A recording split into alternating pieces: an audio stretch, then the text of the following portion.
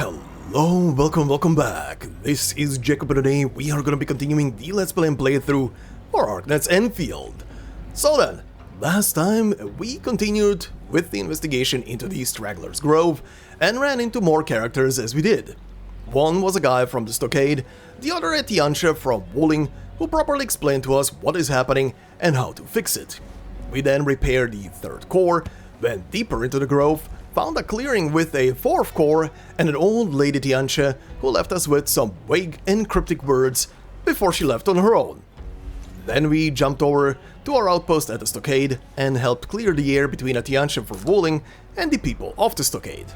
Next on the list, we jumped back to Valley 4 to continue the quest with the business investments and got tangled up in quite a scam, sprinkled with some misinformation.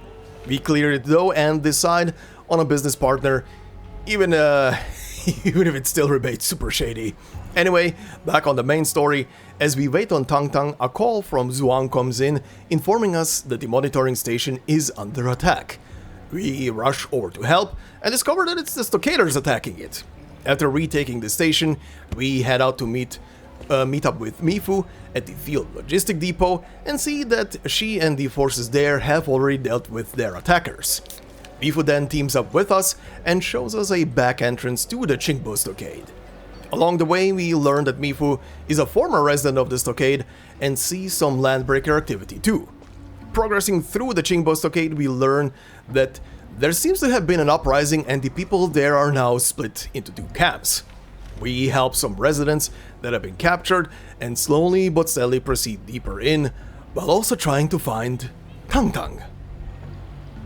And yeah, that is pretty much where we left off last time and where we're going to be continuing with this time, at least for a bit. I don't know how much of the main story I'm going to progress in this episode, but I do want to progress for two specific things. Number one, to see what happened to our Supreme Chief. in how much trouble is she actually? But also more importantly, I guess. I need to progress because of this. In between episodes, I was kind of like, okay, I'm gonna build the mining rigs on the Kupri War and get that going in between episodes. And yeah, then I discovered I need a hydro mining rig.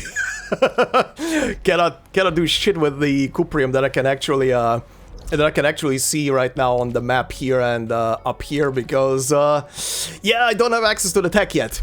Which I'm presuming I definitely need to progress with the main story. I just don't know how much more of it I need to do, but I guess the plan today is going to be to progress until that at least unlocks. But I do want to also check out more of the side quests that are left in the log, because there is a lot. There's obviously a lot of the blue ones sprinkled everywhere, but I do want to tackle more of the important ones that are lying around as well. Plus, I did level up obviously the outpost here in the Stockade, which means more on that front as well. But yeah, we'll see how far we get with the story today and what's gonna happen. One interesting thing I saw brought up in the comments of the previous episode, however, is or rather has to do with the guy that I left in the cage last time, the one with the, what was it, blue hair or whatever, that sounded like a pompous little asshole. Apparently something happens if you either leave him in the cage like I did, or if you let him out. Now, I didn't get spoiled on what happens if you let him out, but we'll see how far we get with today's episode and if I'm gonna see him anywhere outside of the cage. But if I do encounter him later in this episode or something, you guys can inform me what happens. But yeah, please wait until I see his fate, or what else happens to him during our adventure, right? If it's something significant, I don't want to have it spoiled, at least not yet. But I'm very curious. I'm actually honestly very surprised how many little quests this game has, where a choice you make actually has some kind of repercussion that stays with the game and the environment, and I like it. I honestly like that kind of stuff. Obviously, they can't do too crazy things with the narrative and everything, when it comes to stuff like that, because this at the end of the day is still a live service story-driven gacha game, so they can't really do too crazy things. But I do like the little nods they can actually put into the environment. Like the guy, I'm presuming that the choice I made last time as well with the business investment thing is also maybe gonna be mentioned at some point, depending on who I chose. But yeah, I like these little choices, and my god, Mifu switches so quickly between her animations, between her idle poses. Jesus, she cycles way faster than the other characters, which is very interesting. Oh yeah, one of you brought up that, and I've noticed that with other characters as well. But yeah, every single character, obviously, depending on which spot in the team you put them in, has a different pose essentially that they make, and Mifu's poses are essentially literally just how cool can I look, which is very funny and kind of on point with her character. She definitely has the personality of I know I'm cool and I will show it. Deserving as much. But another thing that was brought up in the previous episode in the comments had to do with something I was looking at on the map last time, and I was commenting on, which is this thing right here, the little Tetris piece that can be picked up. Now, considering that in Valley 4, I think maybe not all of them, but I think like the vast majority of these that I could pick up in Valley 4 were kind of like behind like a quest. I thought this one is also gonna be like behind a quest, but I'm also while I'm talking, I'm reading what I'm seeing here right now as well. An ordinary looking place where unknown originium circuit components of various structures might be found. Look around. Various pieces of working machinery and even rocks, grass and trees might give you the repair logic you need. Okay, I don't know if that is the hint for it, but on the previous episode, Mandalore Ordo said, no, it's behind an invisible wall you need to punch in order to dispel it. Wuling introduced that concept. Your companions will sometimes stand before such a wall. Interesting. Now, I was here already because obviously I had to unlock this, I had to unlock that. I was setting up the towers as well along the way. But I'm actually surprised that there was, considering how peppered this game is with tutorials, I'm actually surprised when I got close to this thing, there was no tutorial. But yeah, like I said, I literally thought that maybe this quest here is gonna be what leads to this thing eventually, because in Valley 4, again, a lot of these things were behind like a mini quest, mostly like a blue quest or something that led to the whole thing. So yeah, I'm actually surprised that it's just such a simple thing, but yeah, invisible walls, we're now going Dark Souls. we're doing fog walls. Okay, fun. I'm gonna pay more attention to the environment then, cause honestly, when it comes to the companions, like looking at stuff in the environment, they pretty much stop in front of everything. They stop in front of this thing here, they stop in front of the towers or zip lines or pickups like the growth that you can pick up on the map, or any other pickup as well. They just randomly stop in front of that stuff and look at it. So I'm honestly not even reacting anymore to them actually stopping in front of anything. The only time I react to them when they stop in front of something is when they what's the word actually? When they actually start talking about like a treasure or something that is nearby. Which usually they vocalize when there is an Aureline nearby. But yeah, I usually don't really pay attention to them just standing in front of objects anymore. But I'll do that more often now, considering invisible walls and stuff, right? Okay, I'll just keep an eye out myself as well. Now that I know they're there. But yeah, anyway, Mando, thank you very much for that very, very useful comment. And on that topic, let's, before Mifu here cracks the 100 can of soda that she's drinking there. Jesus, she's cycling so fast with these. Yeah, let's go and check that out first and then continue with the main story. I'm very curious how that looks. Oh, while I'm on the way here, what the hell is this? Livestock students' doubts? My burden beast was sick all day yesterday. Had to send it back to Wooling City for treatment. Gotta check if it sneaked a bite of something while it was out grazing. Don't tell me it wandered over to that sewage irrigation test field again and got into trouble.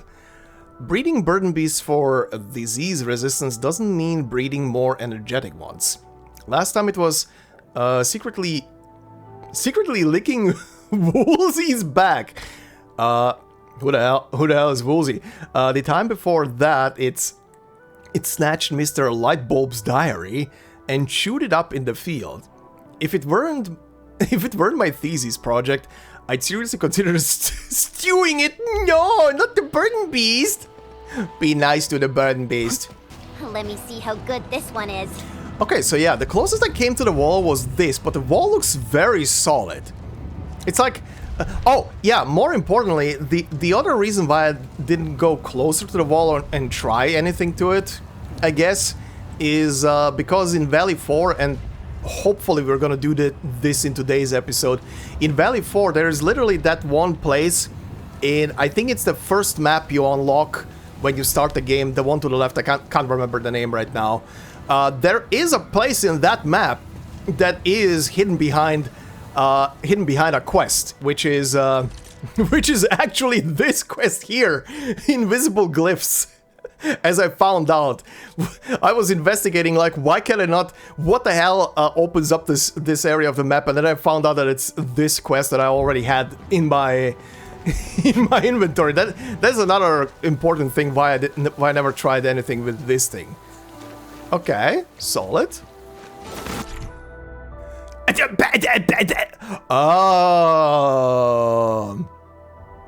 Oh, that's what that stuff is for. I was wondering what these little light posts with the glowing light going out of them were. If a light column contains photosensitive sparks, follow the direction of these sparks to find the optical fog. Optical fogs are often very well blended into environment. Attack one to dissipate it. Oh, okay, so that's what that shit is for. Oh yeah, also, considering it's visible right now, I gave Mifu the, We're better where is for she? teammates. Right? I gave her this great sword. It's from the reward track on, Okay, can you not do those sounds, please? But yeah, I gave her the sword because it's from the reward track on the current battle pass. So I was like, okay, yeah, that seems like a good weapon for her. I needed something because I'm not gonna be pulling for her sword. I'm gonna keep that resource for someone else in the future. Okay, well, give me the puzzle piece.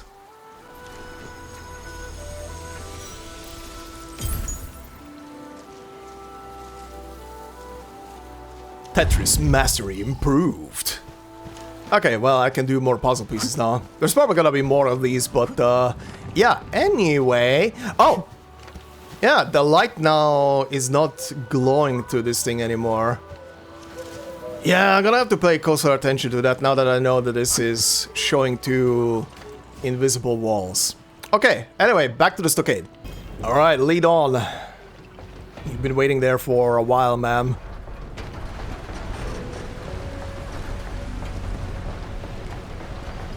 They got more stockade prisoners here. I have to free my fam. You go on ahead. I'll see you soon. Damn, that is a lot more people here. Can I do anything with them? No. But there's stuff to pick up here. Uh-huh, hi. Okay, that's one. That's two. Oh, I see three. Come here.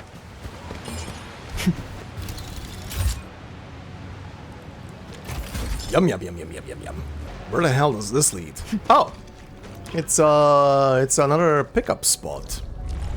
Oh, hey, the map finally revealed itself a bit more. Okay. Oh, there's another, Another AIC data logger down there.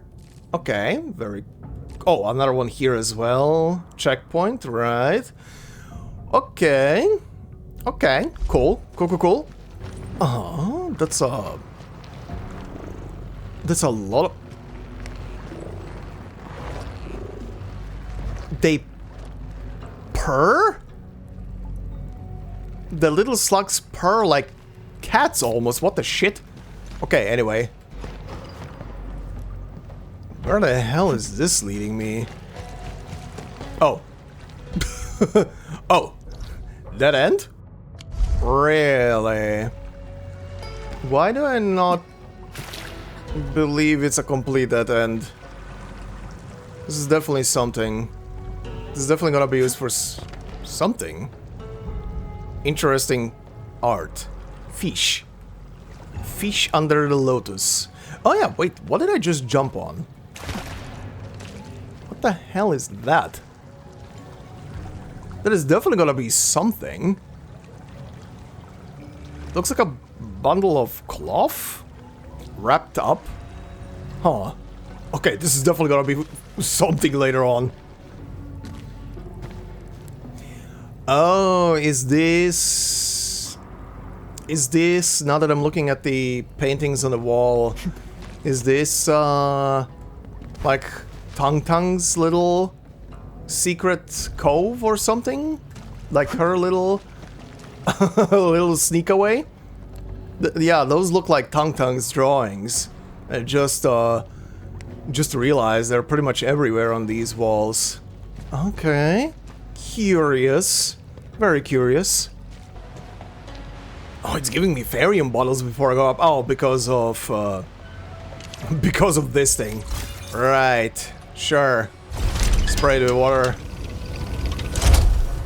There we go. Oh, hey, more of Tang's drawings.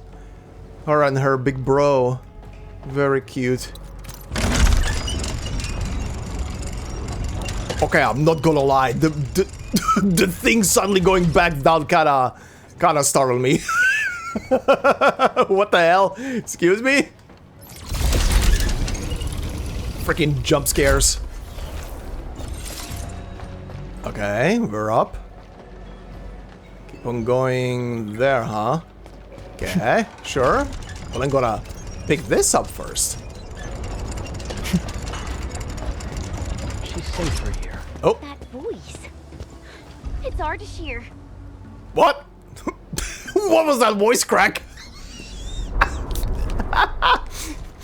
The Yaoi is approaching. Where is he? Where the shit? Why did I hear him? Why did we hear him? Where did we hear him from? Huh? Where's this little guy? Oh. Look, it's Ardashir and RUAN. Oh.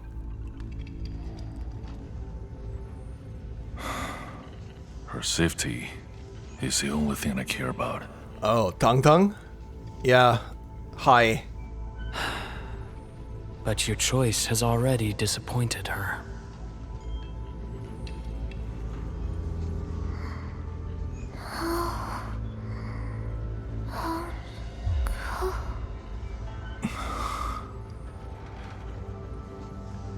Do not wallow in hatred. You and your people deserve to be part of a truly grand enterprise. Hatred never builds anything great. Interesting.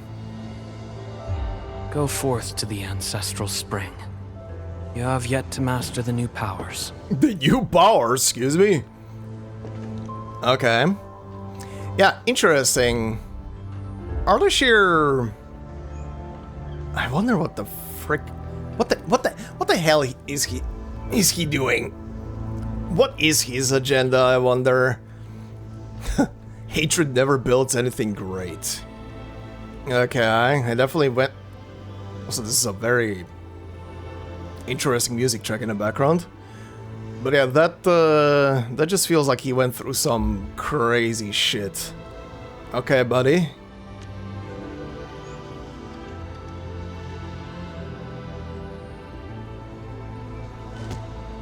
They're leaving. Save Tang first.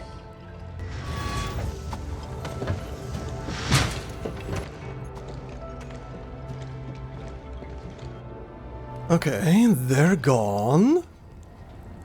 Tang is right there. But I need to go around, I guess. Yep. Okay. Hi, everybody. Case closed. Verify and report personal status, team. I wouldn't expect anything less. That's a lot of cages. And that is a chesticle. Oh. Oh, hi. Hello there. This feels familiar. Nice little Oraline along the way. Just hiding in a cage. Tang, wakey, wakey. Before I... Oh, hello. Memo, RUAN Yi. Once I avenge my father, I will let her out. Oh, I was kind of hoping last time that this is not gonna be a story of him seeking revenge. I was hoping this is gonna that the way it was set up is gonna be just just for the sake of the story to make it seem like he is going after revenge, but he doesn't want it. But okay.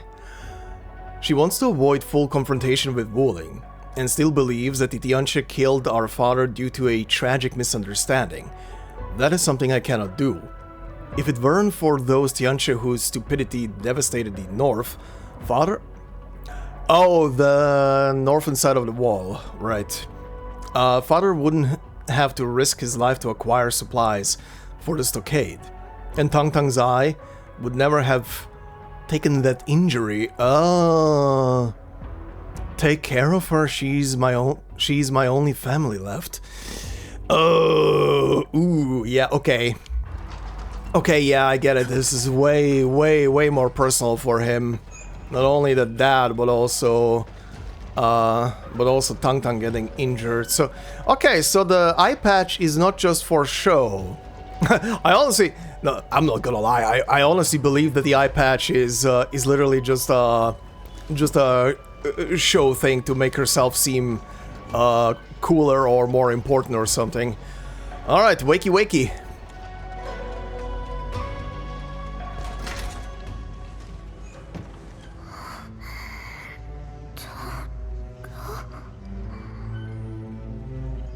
Mild fever. Nothing life-threatening. She's probably just having a bad dream from all the stress. Aww.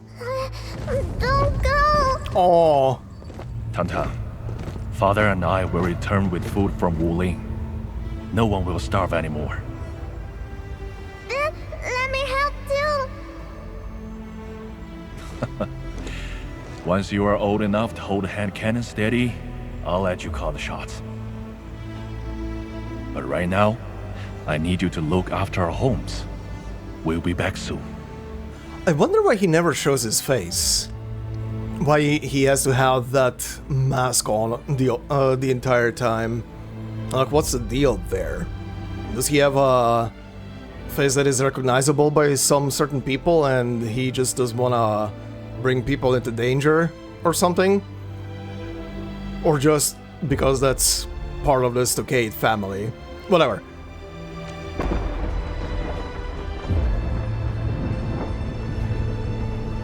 Oh boy. Oh boy.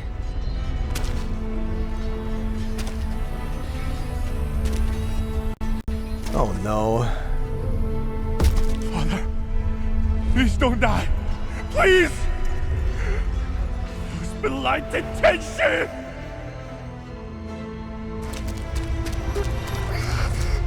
Where are you, big bro? I can see you. Tang, why are you here? Oh, she followed them. Your eye. Who did this? Does it hurt? It's not hard anymore. I'm so sleepy.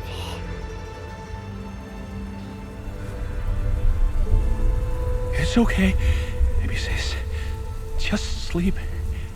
We will be home when you wake up. Oh boy. Down. This is very personal for him.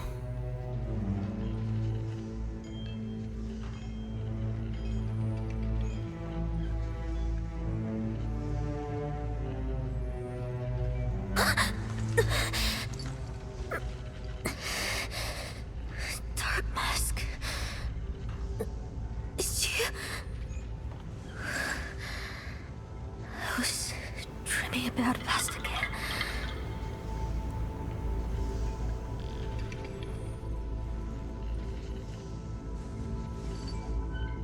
Wait! Where's my big bro? About that. Oh boy, he's with Arthur Shear. He's being taken to the ancestral spring. Big bro's in danger! Don't be rash. What can you do? Let go! Calm down, Kitty. I can help you.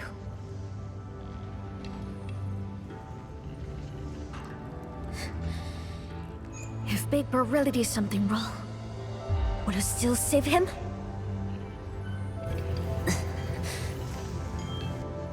Then let go of me! She's conflicted because of her position. Dark Mask? You wanna stop me too? Shake head or ponder? Shake head. I knew you would help me. Come with me. I know how to catch up to them.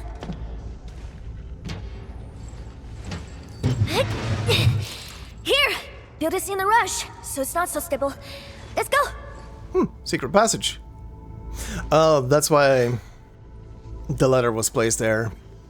If you... They shouldn't be too far off. But let's hurry! We should catch up to them with this trail. Yeah. If you free her first and you don't explore the area, this is where you're gonna run. This is where you're gonna run into the letter. Okay, so interesting. So she sneaked after them, and that's how she lost her eye, because she was there during the kerfuffle. Okay, that's a part that didn't catch from the letter. From the letter, I thought that it's whatever happened there that followed them home or something like that. What is this? A lengthy imprisonment failed to weaken the previous occupant. His or her origin marks were still capable of ripping apart a holding cell. Oh, okay. That sounds interesting. Oh god, what the hell? Time for jumping puzzles. Oh, that's where I am right now. Okay. What a reel! Just hold on! This looks Sure thing. pretty awesome from up close. We should have... Wait! Did we make some kind of promise? You finally remembered. I'm sorry, Dark Mask. I was gonna get it on, but fancy in a stockage just blew up in my face. 5 minutes ago, you were talking in your sleep. Now you are bouncing around. I never talk in my sleep, man, woman! And I never asked for your help! Shoo. Back on topic. The use made to threaten my big bro! Despicable! Disgusting! Neferth is giving Stockade residents the power to oppose and fight Wuling. This is exactly what she did to the Bone Crushers. The Stockaders are already desperate to act, and she's just handed them a knife. Big bro, please don't do anything stupid. Well, hopefully he will not do anything stupid, but where am I going? Oh, hi. Oh! This is where I was supposed to go. I kind of hope I didn't skip anything, so I feel like I skipped some steps. We'll see. We'll see. Hopefully not. Actually, let me re-explore very quickly.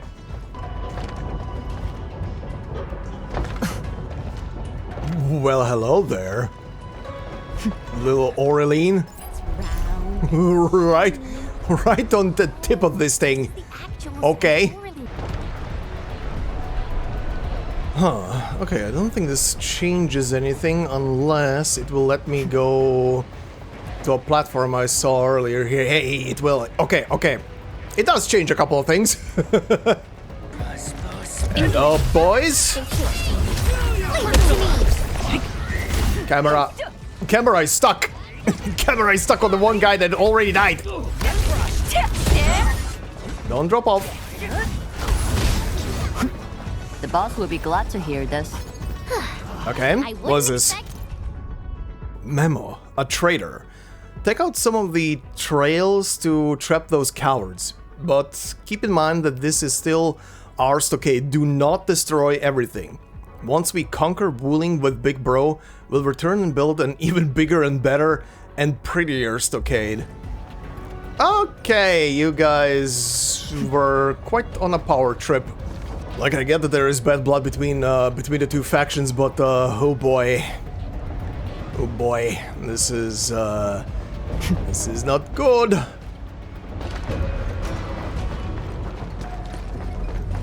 All right, back on the proper track. Huh? Okay, it has to be to my left somewhere then, because I see the. Oh, hi. I see a worthy opponent. Big kitty. It's a big kitty. There's no other way through here. Ooh, the music. Oh, hello, music. Wait, could this be the pet that escaped?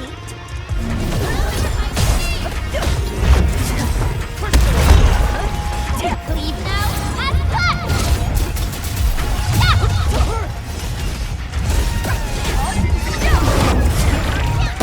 What the shit are you doing? Okay, okay, okay. Kitty dead, kitty dead.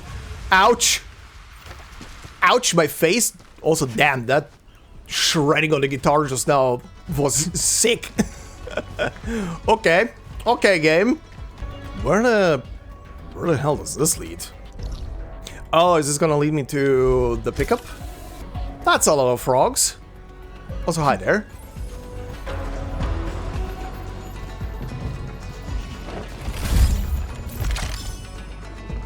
There's the chesticle. That's a very big valley. That's a bridge over there. Can I actually... I don't think I can get to that bridge. At least I don't think I can. Unless there is a map over there that I don't see yet. Also, hi there, buddy.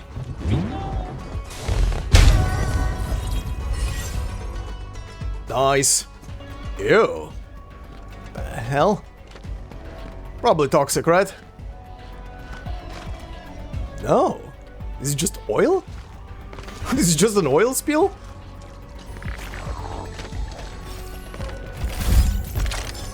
Thank you for that, little froggies. Oh, nice. You little shit. Oh, this is an interesting angle on the whole thing. Is this? This part is... Yeah, this part is not on the map. It's kind of like here. This whole... Or, wait, no. No, this whole section is over here. I was looking over there. Hi there, Orlin. This feels familiar. Oh, a shortcut. Where are you? Oh, this is where this leads. This leads back here. Also, oh, hi. Used Yoink. to think they were ghosts. I only learned they are called Aurelines after coming to Wuling.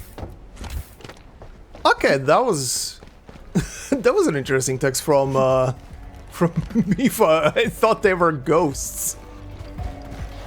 Again, characters have very interesting viewpoints to the Orleans and how they're describing them. Very, very interesting. Tonton? I heard that some Qianshu killed Rani's father.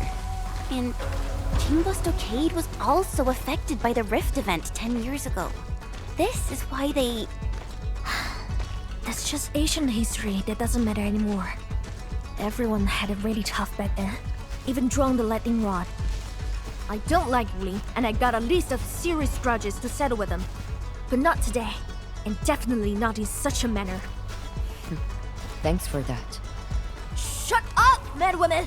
It's none of your business. Yeah. She honestly probably has the best approach to this whole thing, because there's definitely more to the fact. I do have a feeling that she's gonna be right, that there was a misunderstanding, or it was just a thing of Wuling obviously had to prioritize all of their resources to defend the city and everything that they are overseeing, essentially. So they couldn't spare anything for the Stockade people. Also, the Stockade people are blaming them for what happened in the north. Probably also not really there. I mean, they are poking into it and they are researching it and everything, but again, probably not just them being responsible for everything that is happening. It's complicated. Let's put it that way. It's complicated. It's one of those. It's complicated, and you cannot explain it away by arguing. Because my God. Okay, are we now?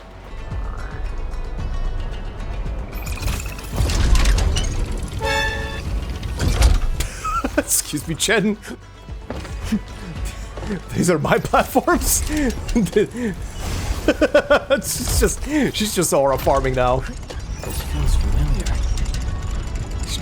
Chen just aura farming over there.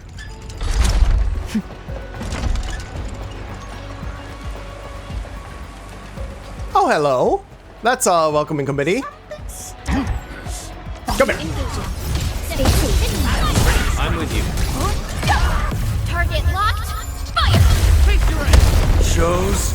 Oh my. This poor little guy. This poor one guy here left. I'm so sorry, my dude. Verify and report personal status, team. I don't Easy victory. even want to imagine just standing there, seeing his friends getting absolutely slaughtered. Yikes. Are we the baddies? Almost there. That's where they went. Oh, okay, literally went all the way around to get here. Hello, equipment that I cannot make. Hi? Oops. This path is blocked, probably due to the fighting in the stockade. Thanks for that, Sherlock. Tetris. This is interesting, Tetris. Hi, is it gonna be literally what I think it's gonna be?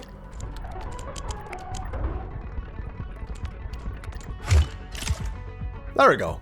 Yep, pretty much what I thought it's gonna be. Oh, hello there. Oraline is a fragment of a shattered universe.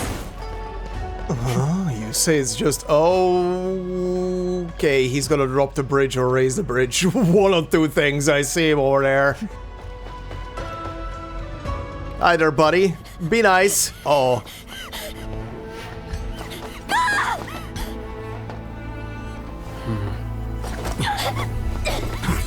Oh? You can still turn back. There's no turning back. Oh, shit! Whoa! Whoa! What the hell is that?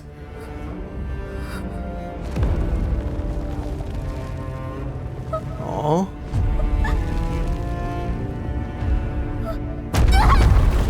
Holy moly.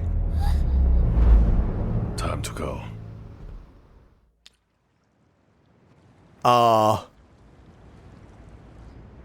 Again, interesting. Arthur Shear is still giving him options to back out of the whole thing. Endman, are you alright? Are you hurt?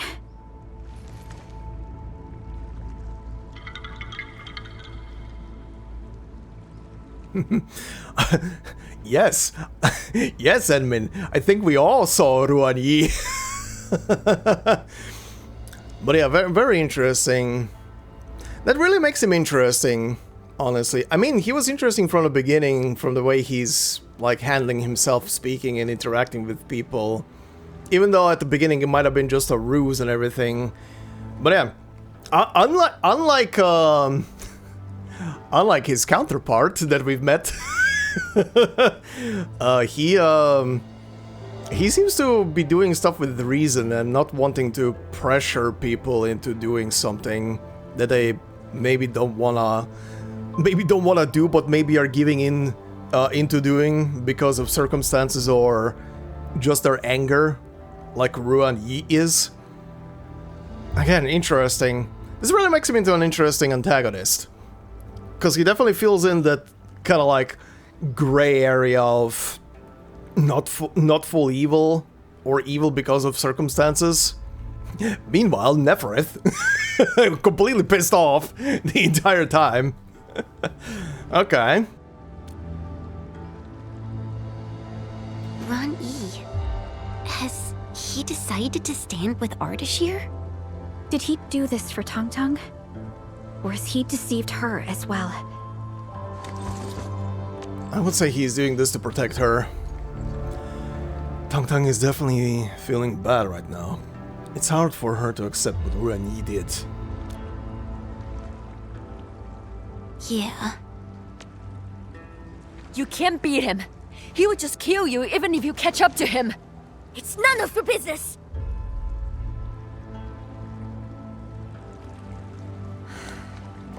I'll report all this to my boss. She will figure something out. Shove it, you traitor. Tell that to Ran Yi. He totally fits. Oh, jeez. I'm done bickering with you. I have duties to fulfill. Jesus. That's...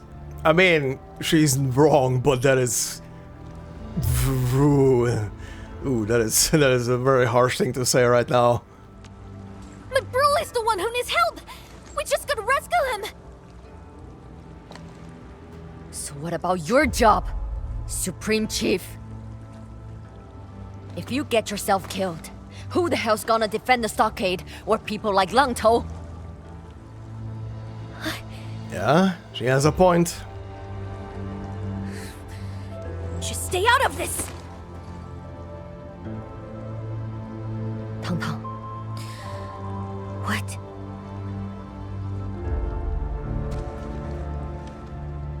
If you really want to go, just run if things get out of hand. You are good at that, right? Aww. Aww, that was very cute. Oh, switch to Endman. Yeah, that's very cute. I mean, these two grew up together, so... like, you can tell that Mifu is trying to protect her, but, yeah, she also left them alone. She also left them alone and went to side with Wuling, which is obviously gonna hurt her a lot. Yikes. Okay, Mifu?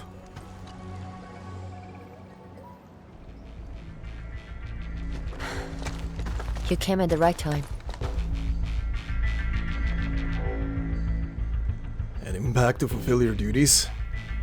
Is this very part? You can say that.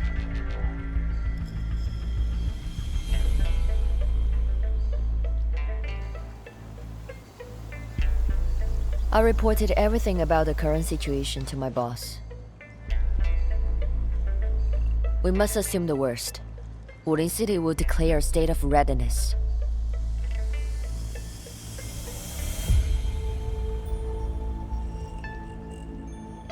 But... You're worried about Tong Tong, right? Yeah, of course she is. That's right. The boss let me tag along with you because she wanted me to keep a lid on the pot. But the entire thing is boiling over. I must fulfill my duty as a watchguard. Yeah, that soup is boiling over. But you are different. Dark Mask. Do you have to call him that? I will keep her safe.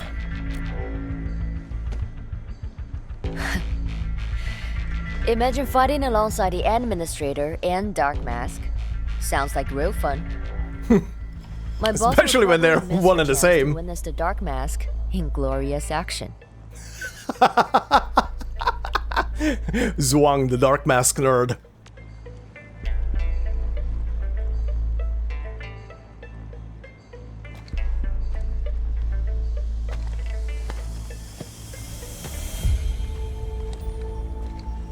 I don't care if you win or lose. Just survive this. I'll be waiting for you.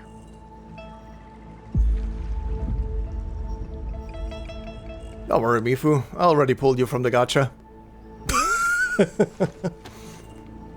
Okay, interesting. Okay, so she is gone now, huh? Alright, so it's just gonna be us. Now I am a tiny bit sad that I never got to get you even as a consolation prize on a poll. Tung tung. That would have been a bit more cinematic for probably the next sequence, but anyway.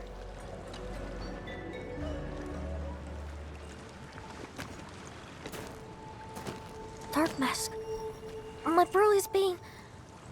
We'll get him back. Somehow. They must have forced him. We gotta get him out. We must have saved him. Dark Mask. Will you still help me? Ron E definitely has intel we need about Ardashir or Nefereth.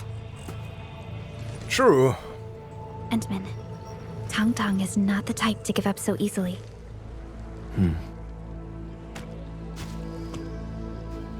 I shall assist you, Chief.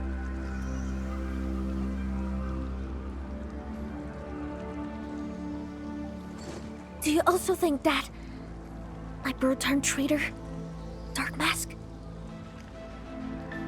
I mean, I'm sorry, yeah. Can't deny that. but I can assure you, no matter what the truth may be, I, Dark Mask of Qingbo Stockade, an occupant of the third seat, shall stand with my chief. Aww.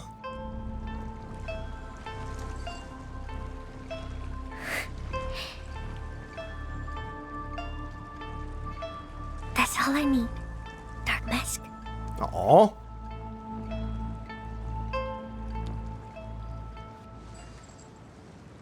That was very sweet. Follow me. There's another path to the Ancestral's ring. Also, in these sequences so far, seeing her obviously because everything is a bit more serious, dropping her usual, what would be a good word to describe it? Her usual chipper behavior, and being a bit more on the serious side, very refreshing, and pretty much what I clocked her immediately after that first meeting. Alright. Oh well. I'm always here. Swapping to admin. You are gone, ma'am. You are not here anymore. Anyway. Is there... What the hell am I looking at? I can align these. Is there a... Huh. What? Okay. I don't know if this serves a purpose, but I feel like it serves a purpose. I thought it's gonna... it's gonna do the usual RPG thing of unlocking something if I align them visually, but okay. Nothing? Okay, that has to be something.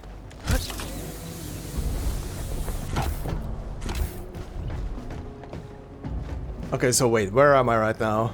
Oh, this is where I am. Okay. Uh-huh. Huh, interesting. This is where I am, but I don't think I can use this to return yet. This is probably gonna be something for later? Because, yeah, none of this stuff is... Unless... Hold on. Hold on. Okay, you can do it from here. I presume those boxes have to be moved at some point to be able to return. Anyway, I was just checking if there is anything to pick up there. My shins.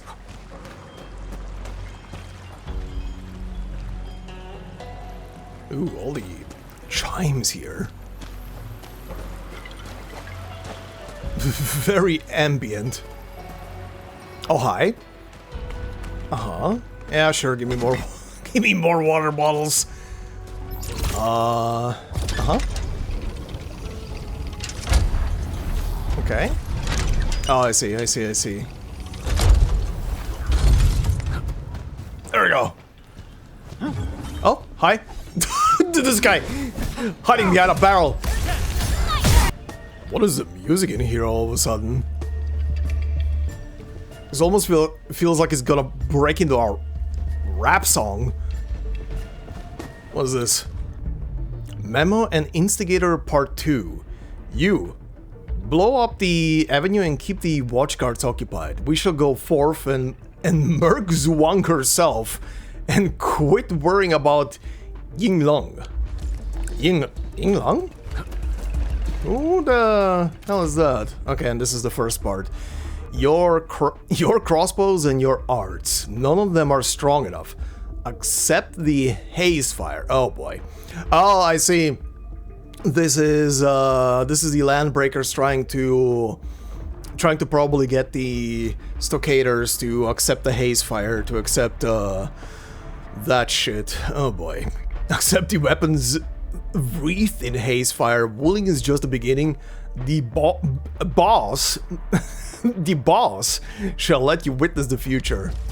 Oh boy. Okay, so Nefereth might actually be here as well, and not just Ardashir. We have secret allies throughout the lands. You will see them soon. Okay, Mr. Landbreaker, where are you at? There you are. Oh. Interesting. Interesting, they don't see... Never mind, they saw me. Oh! You deserve the slap! Jesus! Why are there so many weapons and explosives here? What's this? A plan?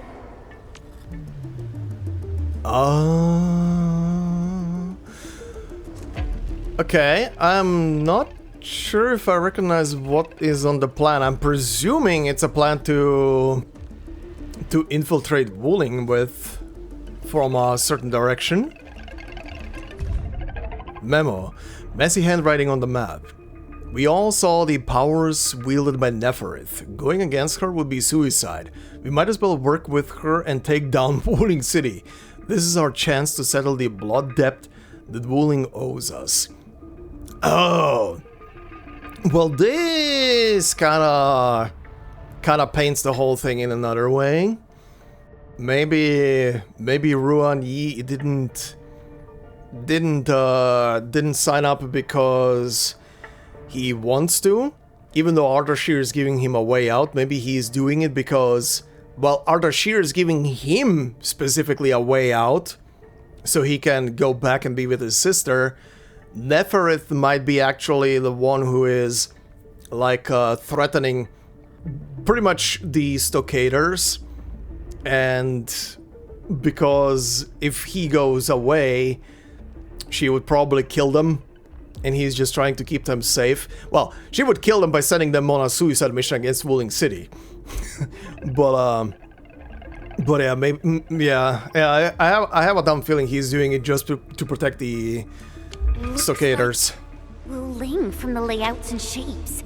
So that attack was planned in advance.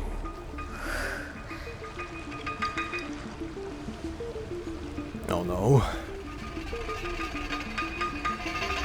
Try to give her some time, Chen.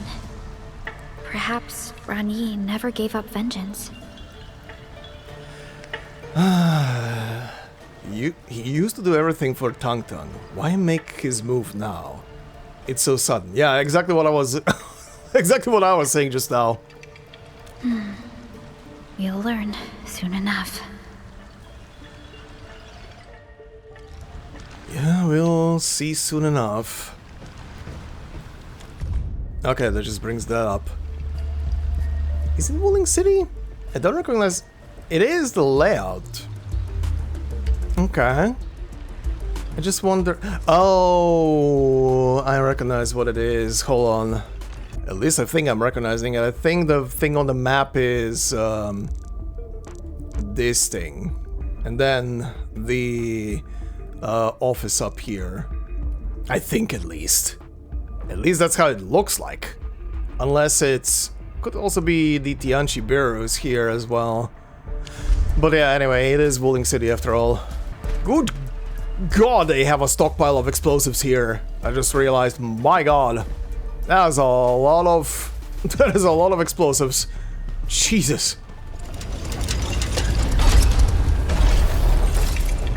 Open sesame. Where are we? Oh my God, so much. So many. They really want to use... They really want to make you use this. Oh, what the hell? Oh, I see. Oh, this little shit. Come back here. There we go. Huh. This one traveled massive. The music stopped. And I don't like it when the music stops. Oh, this is the tree bark stuff that he was producing. I wonder what the hell that art is. That looked crazy. Wood.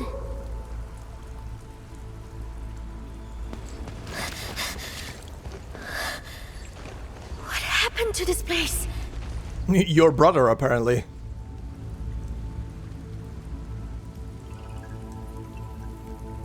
Seems like some kind of power gone rampant. Could this be the new powers that Ardashir mentioned? He definitely looks juiced. Look over there. Oh. Watermail!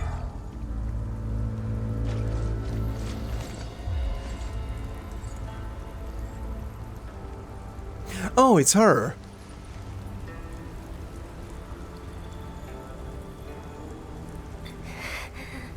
Chief, so glad you're alright.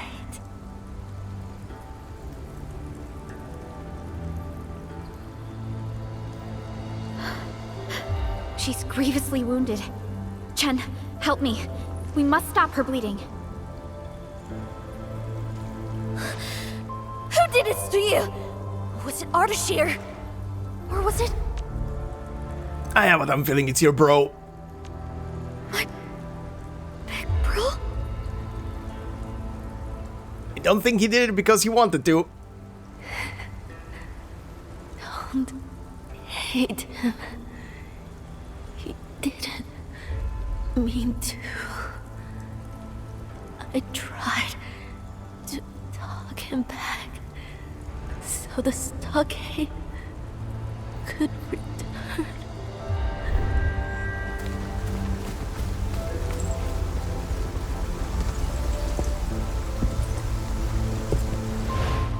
Oh.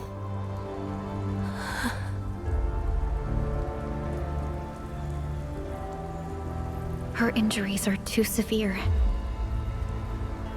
I've done all that I can. Now it's up to her body and will.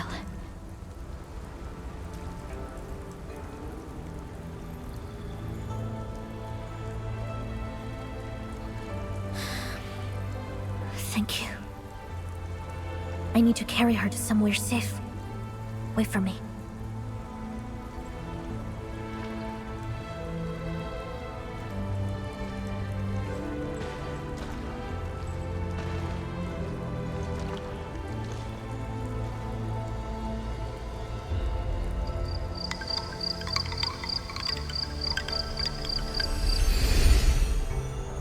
Another flashback?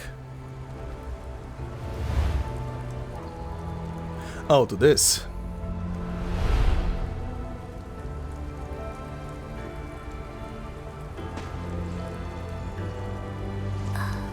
Tung.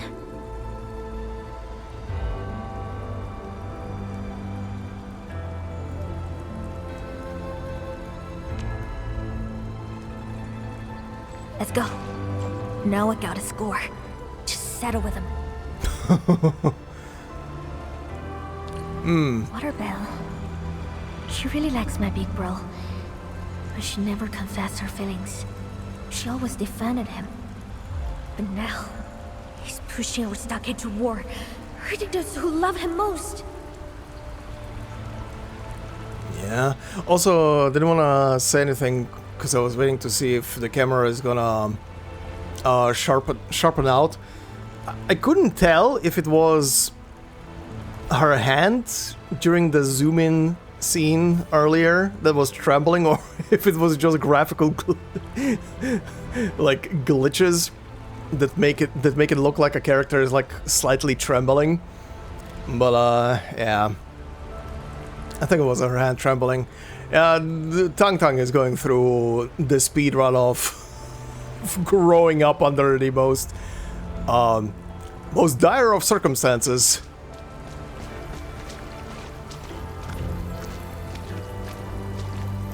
Oh boy, oh boy, oh boy.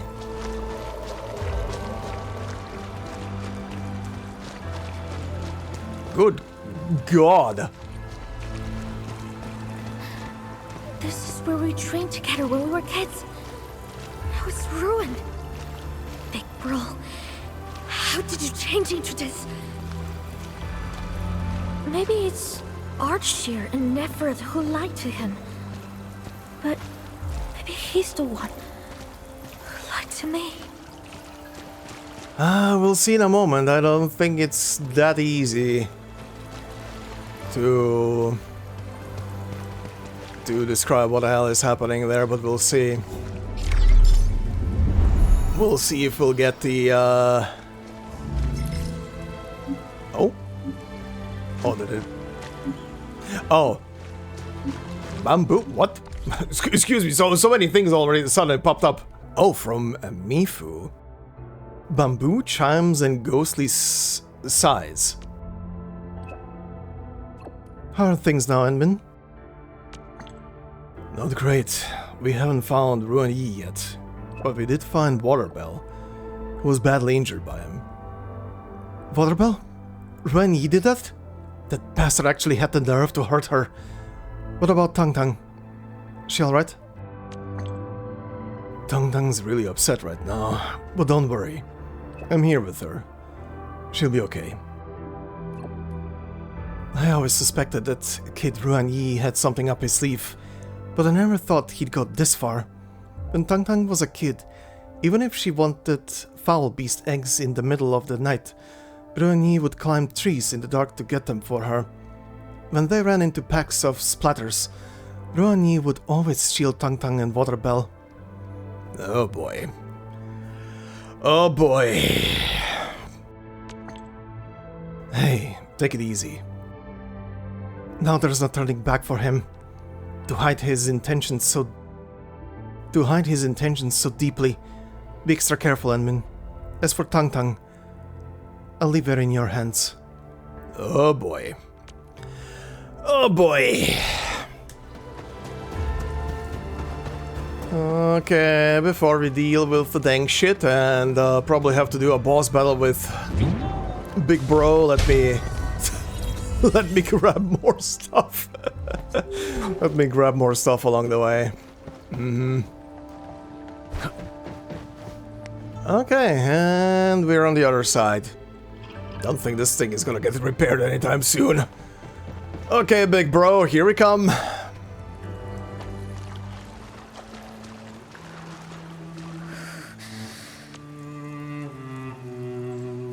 For as long as I can remember, he loved and cared for everyone in the Stockade fam.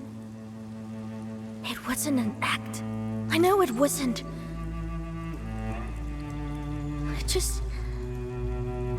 I just don't know why he must track everyone in and pursue his plan for revenge. And if he's doing this for vengeance, perhaps I'm responsible as well. Tung.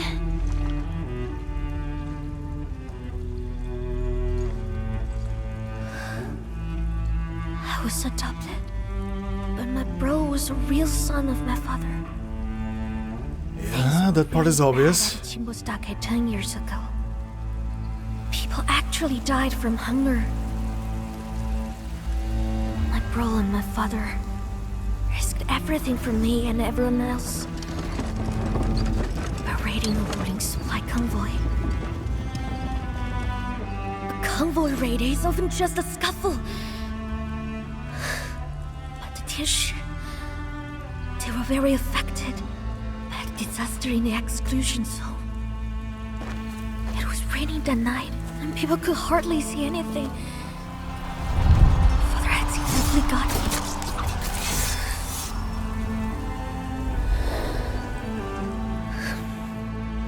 That was also when I got hurt in my eye.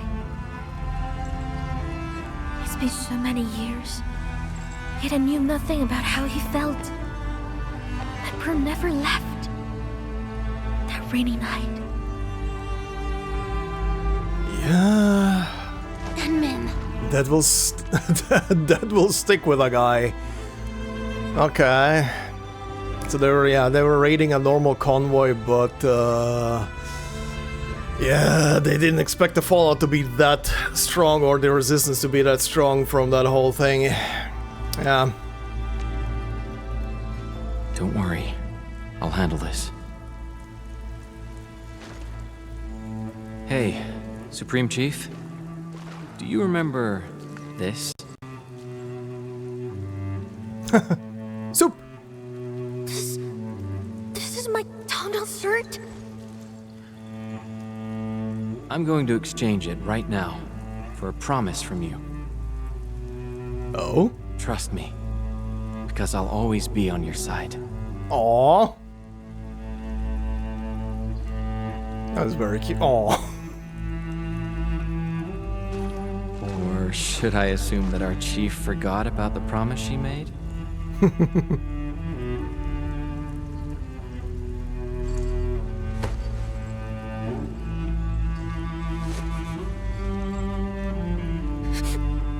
the chief of Chimbostake. I give my word, never break it. But if it really changed, or has been lying to me from the very beginning,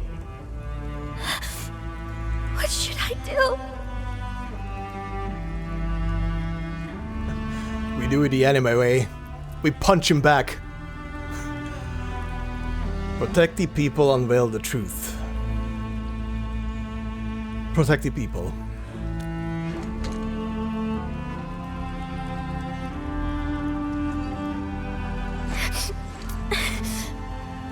I got it.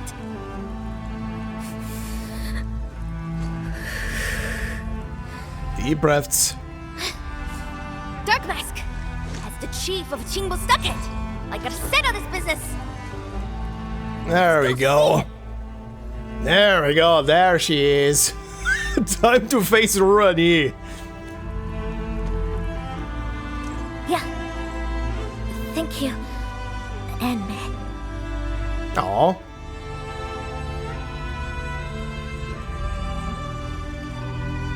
Well, here we go. Boss battle, I presume. The music is so solemn right now. Alright, big bro. How's your fight gonna look like?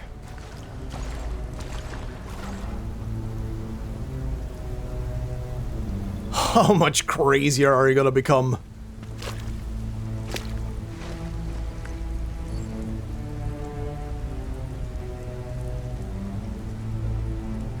And there he is. He still looks normal. I'm presuming... Ardashir was right. You came. I'm presuming, and the thing I didn't say earlier when they were talking about the power that was given to him, I'm presuming it's the same thing that all of them are using, the ether. I'm presuming that he's infused with a shit ton of ether or something. So that's why his powers seem to go so crazy now. Oh boy. Big bro, what are you gonna do? Why is he alone?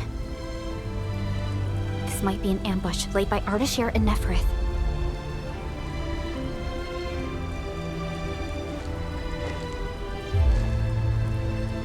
Yorm! Yeah. I was hoping you could take Tum-Tum with you and go somewhere far away. Seems it's already too late for that.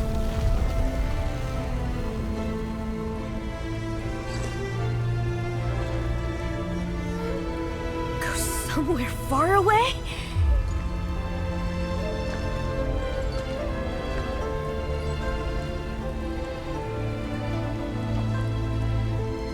You pushed the Femme to war!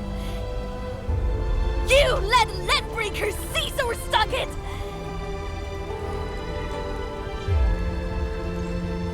You betrayed us! Damn. Now you act like you still care about me? Enough! There's still time for you to leave. Leave? To where? Wulin? Or somewhere I've never heard of? This is my home! You're my only family!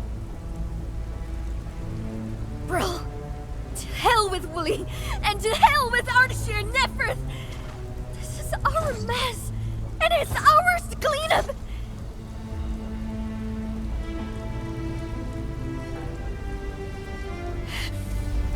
You owe your life to them and me!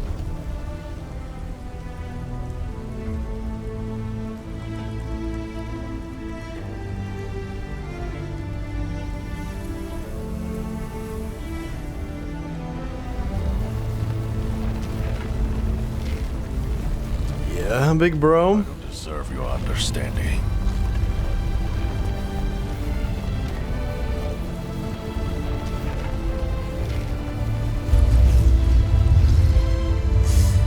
Yikes. But this is my only chance of revenge against Wu Lin. I cannot miss it. Once I master this power. Oh boy, buddy, don't think you're gonna master it. I think it's gonna take control over you. And I think it's happening right now. Oh boy. Oh boy. Buddy? Now he's losing. Ooh. Turn around and leave. Oh yeah, he noticed. Oh yeah, he noticed. Oh, he noticed. I think he's noticing that he has no control over this thing. Yikes.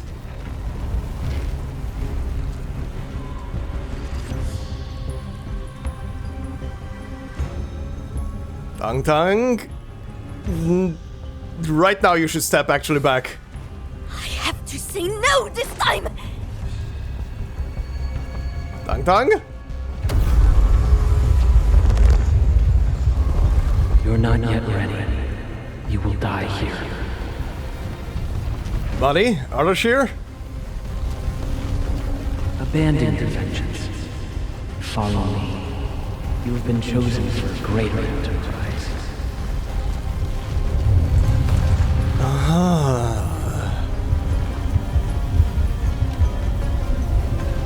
Again, interesting.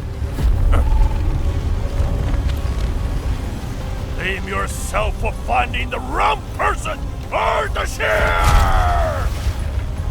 Oh god. I will never give up! Oh boy. What the hell? My life! Uh-huh. Hey, you're gonna wreck your own stockade. This is my chance!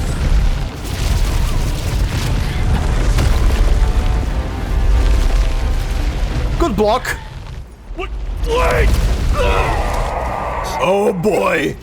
Oh, Jesus Christ.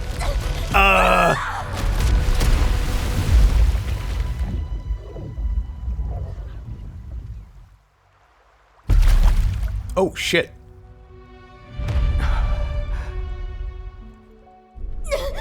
Ouch. Oh. Hi. It's fine. Okay.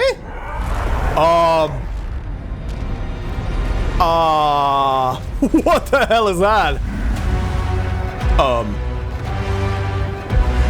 What the hell is that? What did he turn? Oh. Did he turn into a giant bull? Oh my god. Oh, he's pissed. Such a stupid mistake! Bro! Oh, what the?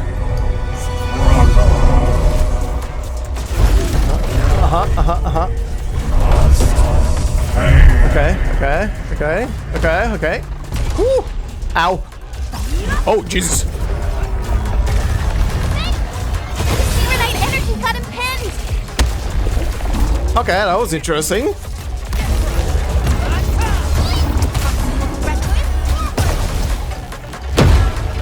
Okay, trying to see a bit more mechanics from him. Way over-equipped.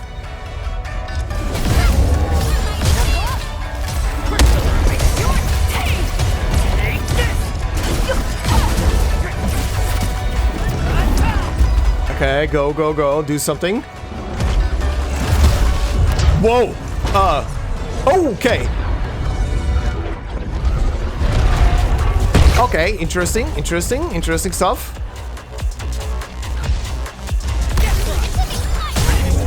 Are you gonna do anything more?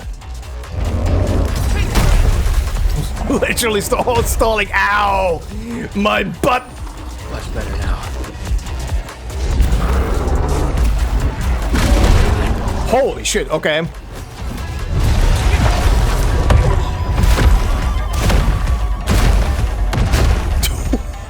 Gee, yeah, he pretty much has any move you could imagine on a bull. Oh, stop it! Oh, phase 2. Oh shit! Whoa! Whoa! Okay, whoa. Purify those branches with Sheernite. Protect the ancestral spring. Uh-huh. Whoa.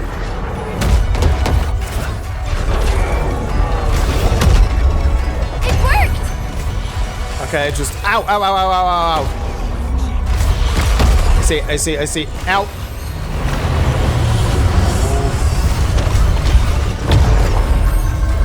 Holy shit. Okay, buddy. Calm your tits. Give me this last ball. We did it! Let's see what he's got left. Oh, does he even have anything left? Oh, he has half a life, okay.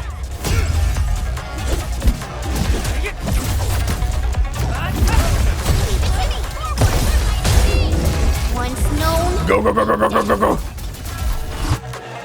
There we go. Cool. I need to see this fight on a higher difficulty.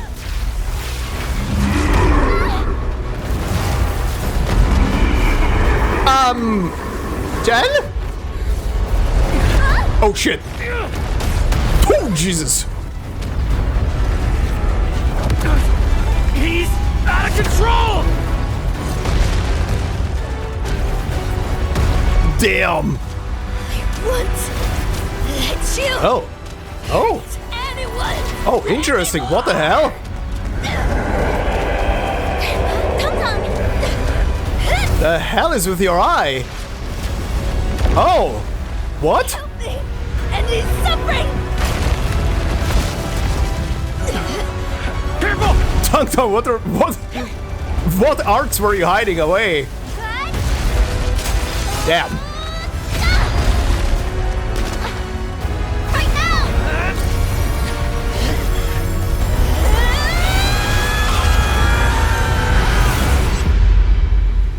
Oh, hi. Old Mescal. Take it. So, no revenge? You are more important, Chief. Tried it out.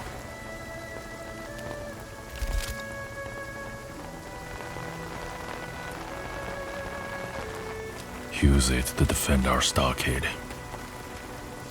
And to protect yourself. No.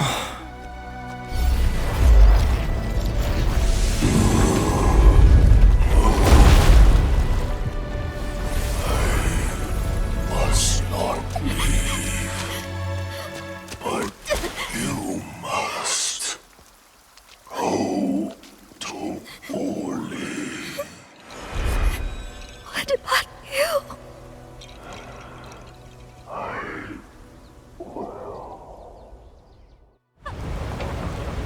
Oh boy. Oh boy.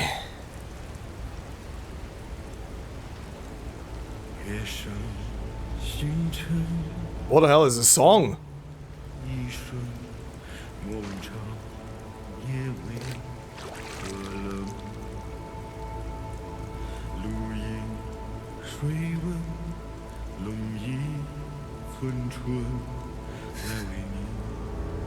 How dare he? What made him think he knew what's best for me? How could he just bail out like that? I was scared. And until the very end. Why? We ended so long ago. I seek revenge when the sun's out. Aww.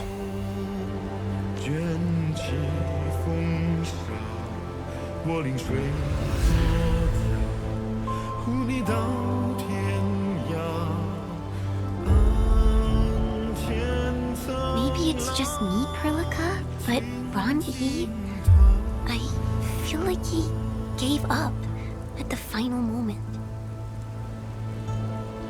I just hope that after today, the Stockaders and Wulingers can put that incident behind them.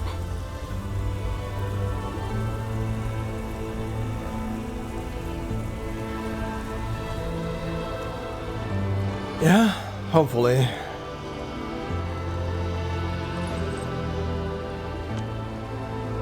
Tung Tung, we should go. I feel like this was the typical story of the one person harboring most of the hatred, knowing that the hatred is bad, and then just taking all of that hatred with himself on like one final run, just to get it out of the world. Gonna be alone for a while.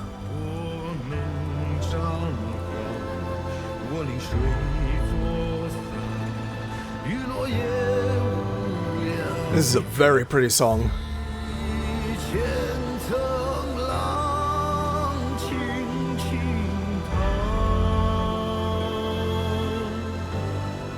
Aww. Poor baby. Granny's quest for vengeance. The conflicts between Qingbo and Wuling. Are they truly just aftershocks of that past disaster? Endman, are you still thinking about Ranyi? I mean, it literally just happened. So yes. He was just acting on blind impulses, a poor soul struggling with his hatred. I'm just angry at him for hurting Tung. Yeah, I think in my case, the middle one is the best, a poor soul struggling with his hatred. 10 years ago, the disaster coincided with the polar expedition. It was also the time when you last awakened, Endman. Ah. Oh, that makes way more sense. The disaster coincided with the polar expedition. Okay. So yeah, that big shit over there happened, and then it had repercussions across Talos-II. Right. I knew very well how difficult things were for the entire civilization band. Disaster pushed people to desperation. Plenty of tragedies like Ranyi's were reported throughout the band. But Ranyi chose to pursue vengeance, and ended up hurting even more people. I cannot sympathize with his actions. The future we are fighting so hard for must not be built on a never-ending cycle of violence. Ranyi's fall made things worse for her, and for Qingbo Stockade as well. And we got Neferith and Ardashir to deal with. What the hell are they trying to achieve? Yeah, interesting. Ardashir was saying that that RUAN was chosen for something more. Which I'm presuming he is addressing the fact that RUAN was so compatible with the Ether. But his hatred took over, so the Ether went rampant. I mean, it wasn't. Yeah, he was even telling him to not do anything there yet. Can I actually? I don't think I can go that far. No, I can only see the last couple of sentences. Yeah, he was telling him something along the lines of not here, not yet. Keep basically, you're chosen for something greater. Interesting. It's interesting what he is after. Again, Neferith just seems to be the type of going rampant and causing more chaos. Anyway, I have a feeling we might see them again soon.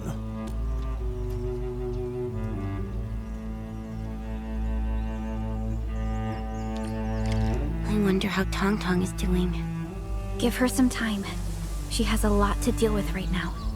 Ranyi's passing, the future of Qingbo Stockade, their relations with Wu Ling, and us. Enmin, I'm a little worried about her. Maybe we should visit. Yeah, we'll visit. Don't worry about that. Also, I wonder what's up with her eye. I thought she... I legitimately thought she lost her eye. And that's why they had her have the eye patch the entire time. Where the hell is she? Huh? But yeah, very interesting. Her eye also started glowing golden. I did notice that she was enveloping the Originium pillar that Endmin was producing with, like, her water arts. Which, I mean, she's cryo, so she can wield water, obviously, but very interesting. Why would it glow golden? The only stuff that glows golden so far has either been characters from, like, basic Arknights who can wield light as a weapon, or well, the Endmin glows golden because of Originium. But interesting regardless. What's down here? Nothing? What's this path for? Oh? Okay, anyway.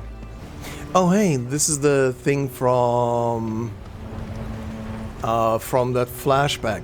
This thing started also glowing for some reason.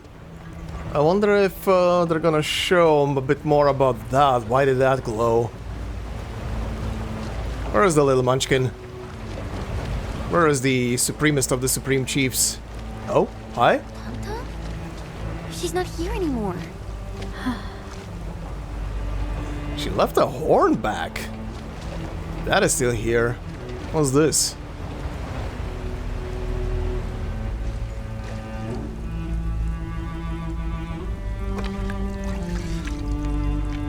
Oh, it's the... Aw.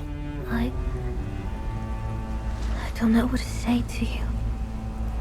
I thought I was ready, but...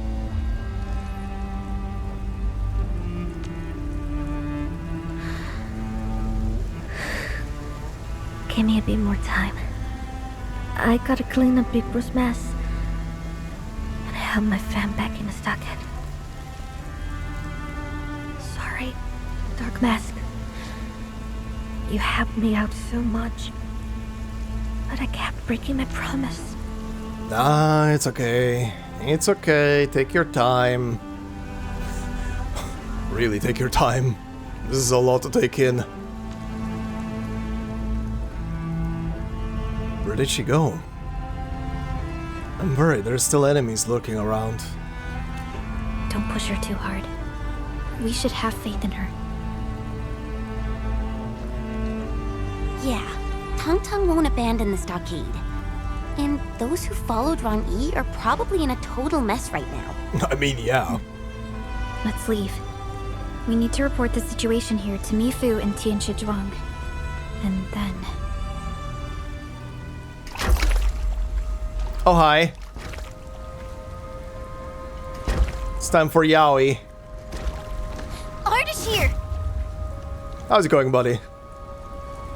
I am here to pay my last respects to a fallen friend. You did this to him!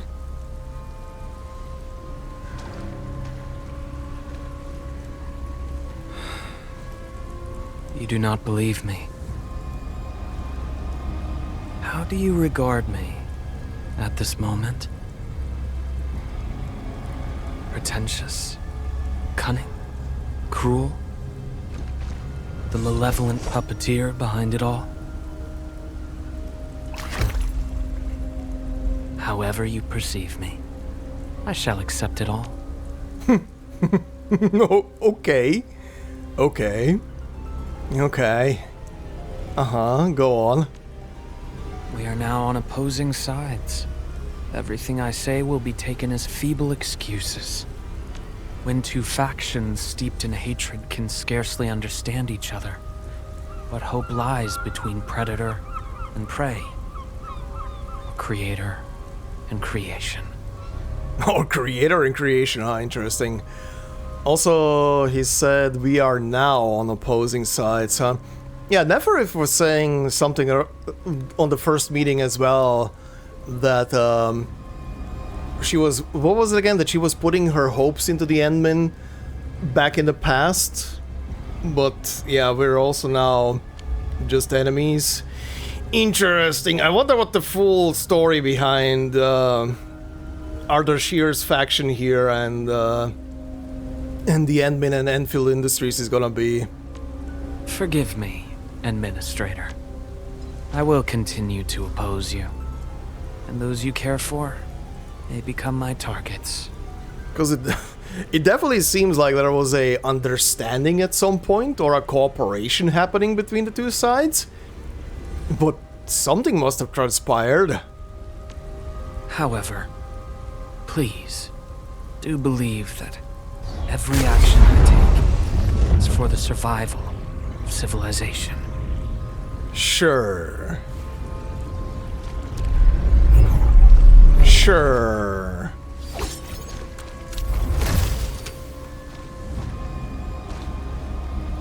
Yeah, you're not following him through the triangle portal. Is everything ready? Oh, hi. There is nothing to prepare. Leash your subjects. Killing is not our objective. Disabling the Shiranite Dam will accomplish our mission. Ah, okay. Okay. Yeah, they're pretty much just trying to disable the defenses of Wuling so the big rift can keep on spreading, right? Of course. I can tear open the very large rift at any moment. Yep. She literally just said it. Done quickly. It pains me to witness that expression on the Endman's face again. Again. Oh, I'm very interested in the full backstory of those two. What the hell?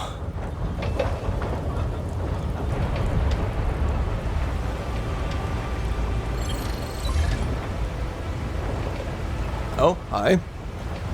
How are things going on, man? What about Tang? She alright? Tang's alright, but RUAN refused to back down. We had no choice but to... RUAN. Okay, yeah, thank you, let me read. It's an end that he deserves. Jesus, okay. But tons of things had happened. Tang's probably a real mess right now. RUAN left behind plenty of loyalists. They won't give up that easy. I don't know if the little kitty could handle them. I can't just swing by the stockade since I'm a Wuling watchguard. Admin, please help me keep an eye on the kitty. If you got the time. Sure, we'll do that soon. Yeah, I'll swing by the stockade in a couple of days to check on her. Thanks, Emil. Okay. Yeah, and that opens up the AIC's second expansion. Okay, I had to basically finish the story for... I guess this is the end for the 1.1 story then.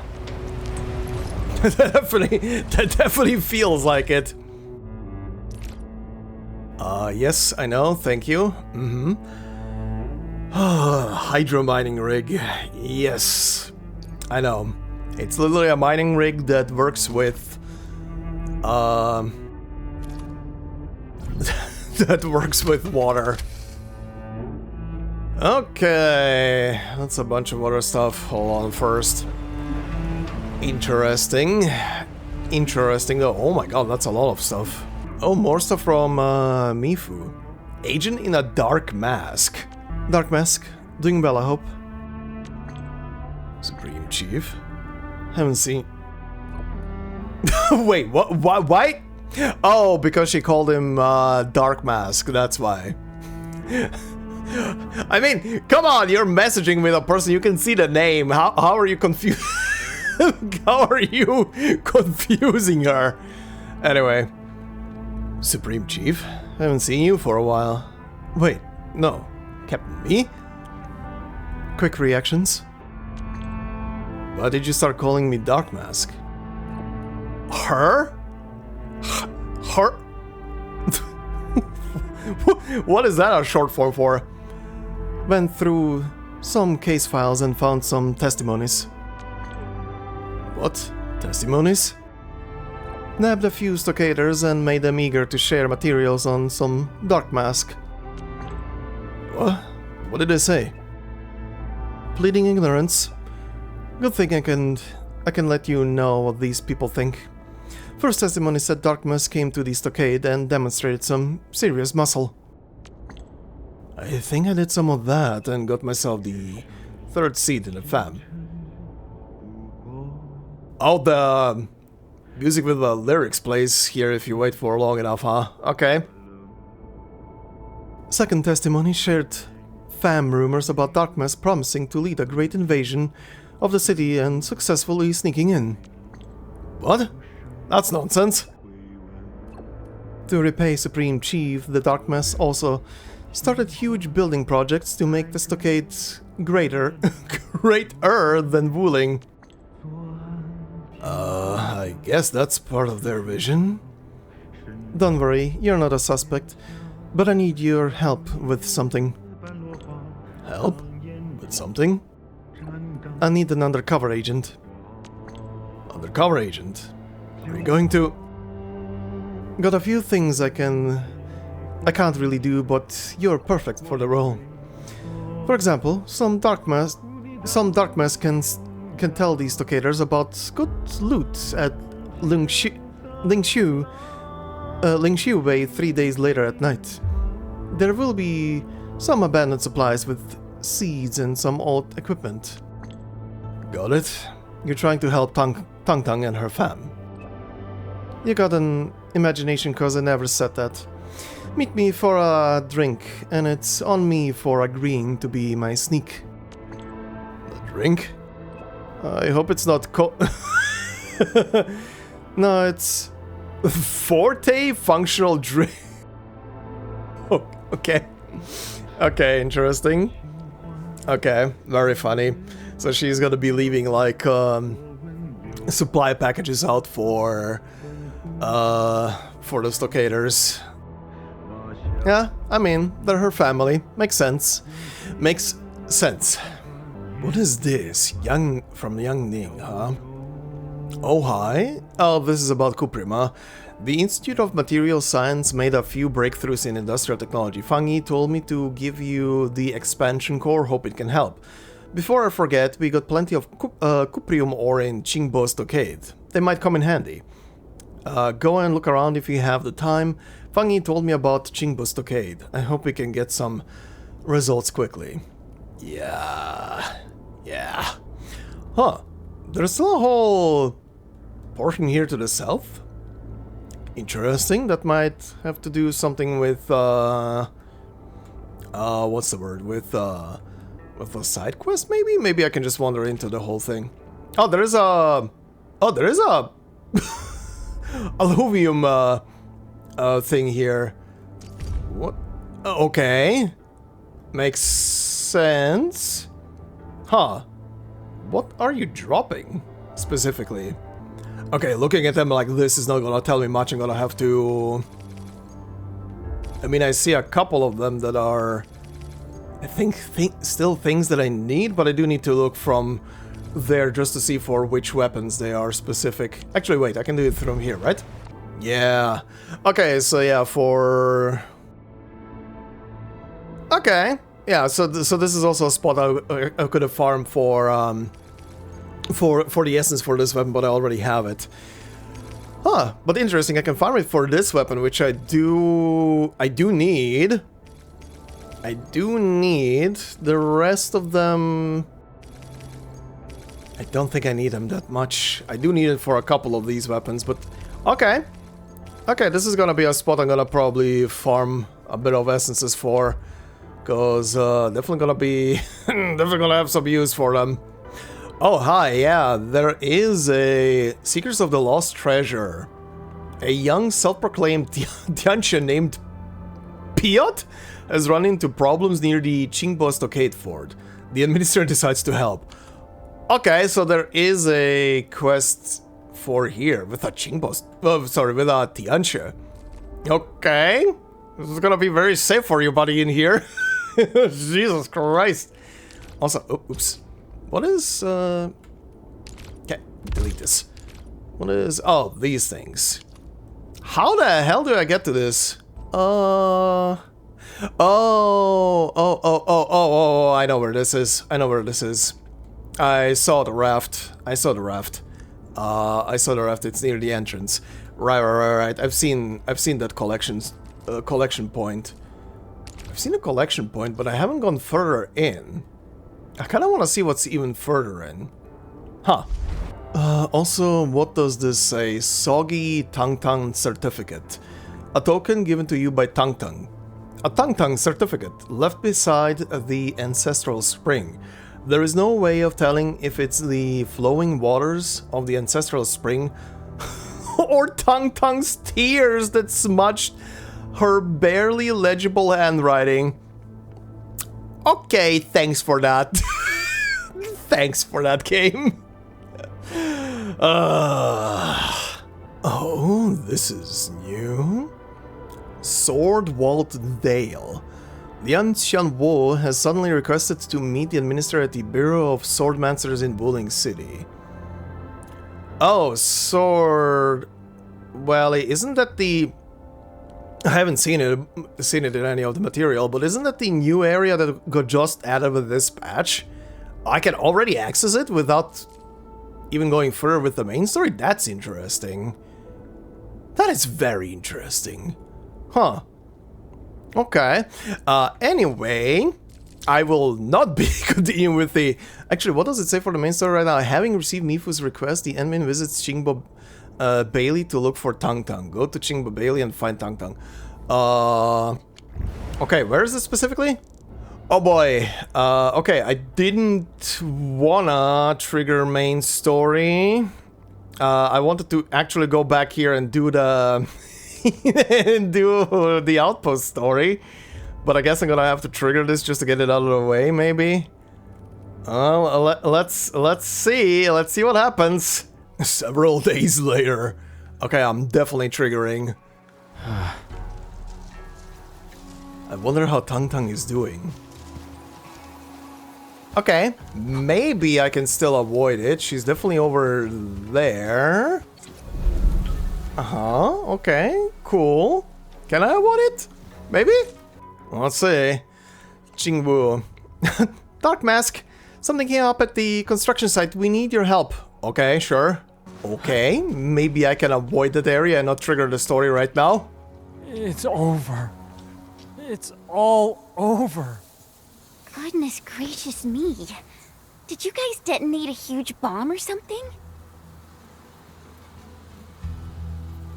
Maybe? What the hell happened? There was some noise during the wee hours at this place. We came here and... this is what we found. 80% of our construction material stockpile and prefabs have been damaged. How are we supposed to build anything? Look on the bright side of life, Dog Nerd. We're in the wild, hilly countryside. Things get broken all the time. Tell your bosses you'll have major delays. They won't blame anyone. Happy now, Mr. Longtall? Speaking of which, this sabotage looks pretty familiar to me. You're accusing me? Why would I even move my bomb and break your scrap? Blighted waste of stuff! Maybe someone needs a reminder. Building the farm at Qingbo Stockade is going to benefit his people. This isn't just a prank. It's an act of malice that someone will regret later. Now, if someone confesses, we'll... Hey! Where are you going? They're ignoring your ass. Saw that coming from a mile away. Your accusations are freaking old and obvious. Just go and type your report, dork. Snobbish stuck-ups. Can't talk no sense to him. Uh-oh, there he goes. Edmund, maybe we should talk to Hulao about this sitch. Somehow, I think Halal is the one who destroyed the stuff, but maybe he's embarrassed because he was trying to do something useful with it and then it went kaput.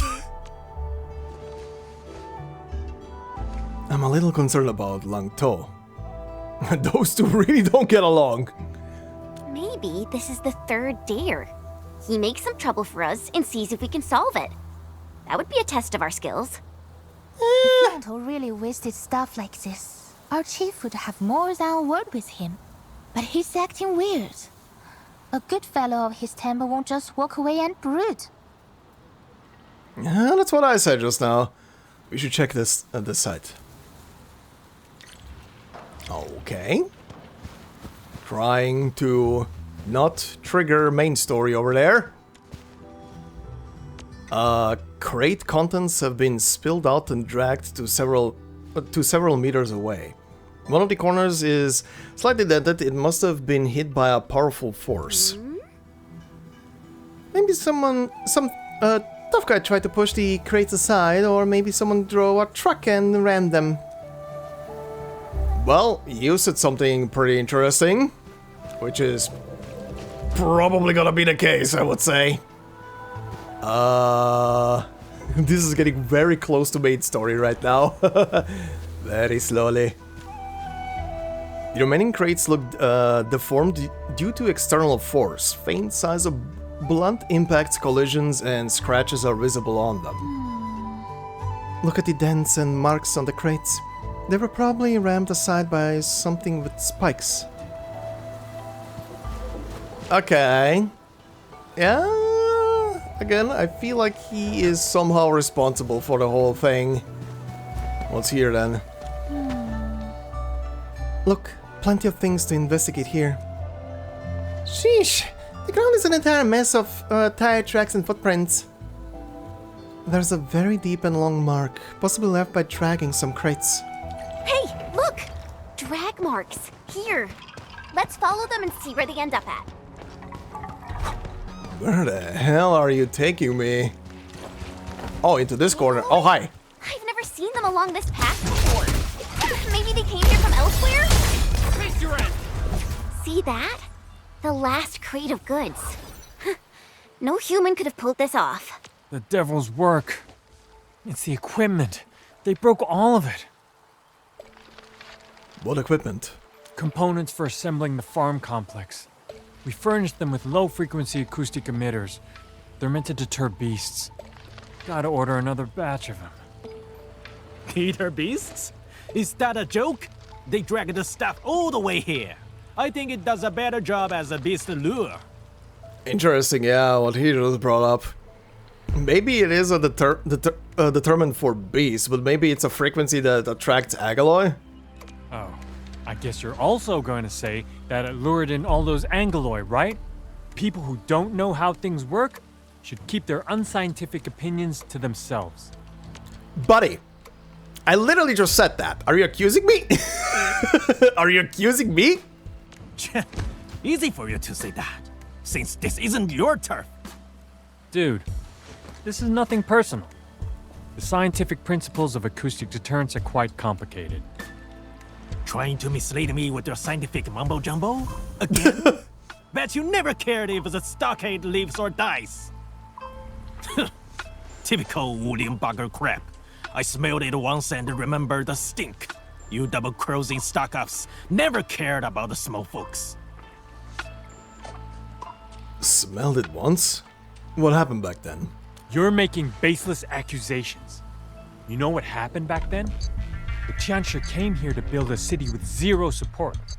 You stockaders just stood by and watched. We don't owe your stockade anything. In fact, we Tianxia endured and defeated that disaster 10 years ago on our own.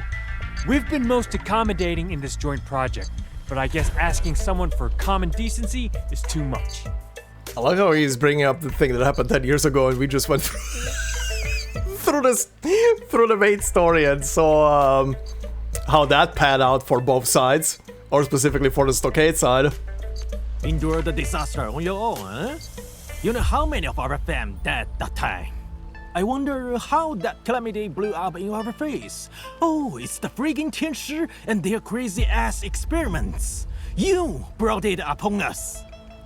Whatever, old man. Guess you have a book of grudges. Look, we Tianxia have to keep both disasters and bandits at bay. We can't spread our forces everywhere. Bandits? Dork, you talking about us? Nobody even call us bandits. Not until you raise that silly wall of yours. No, that's not what it... Ugh. Why do I even bother? You're so unreasonable. Arguing won't help. Let's all take a step back and simmer off. Well, this seems like a good time to restock our key materials. Let's settle down and rest before we discuss the next steps of our operation. I'll let you off this time, cause Dark Mask. Remember, the third dare isn't over yet. Okay. Interesting. Uh-huh. Talk to me, buddy. How did it all end up like this? Everyone's on a short fuse. I know, Yanchi Wang assigned me to this project, precisely because of my understanding of the local customs. Great.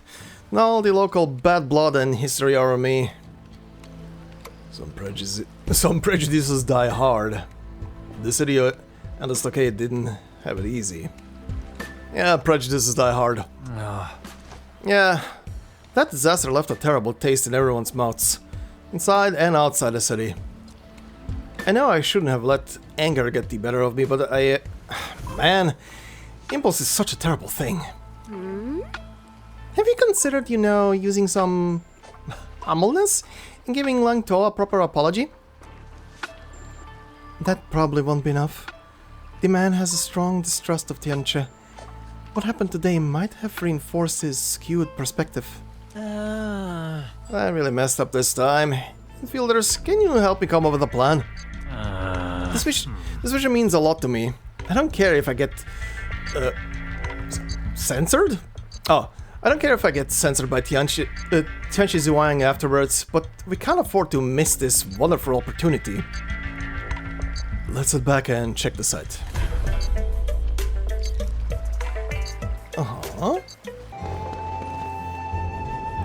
Hey, look over there. Isn't that Long Toe? There he is indeed.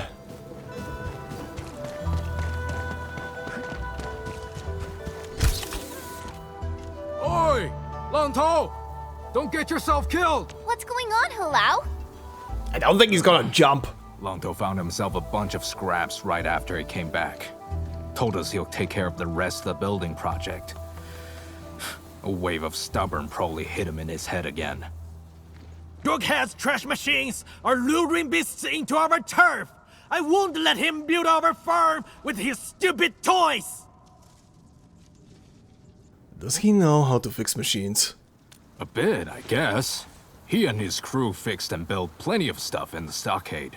Even the water wheels. Okay, interesting. Hey, stop fooling around with it. Machine housing can be anything you like, but we need a true technician to work on the pumping and power generator modules. You trying to discredit me? This is just a pump for sprinkling water and a poop. How hard can it be? Okay. Longtao seems very confident. This looks like a good opportunity. You sure? Maybe we should let Hongbo take over. What? You think we are cave people who can't even make fire? Your lack of faith is insulting! Carpentry is a totally different field of expertise. You've built some impressive farmhouses, but originium machines are an entirely different matter. Yeah, he has a point with that. Don't get hurt. Hongbo is worried about you. Exactly. You should... Wait!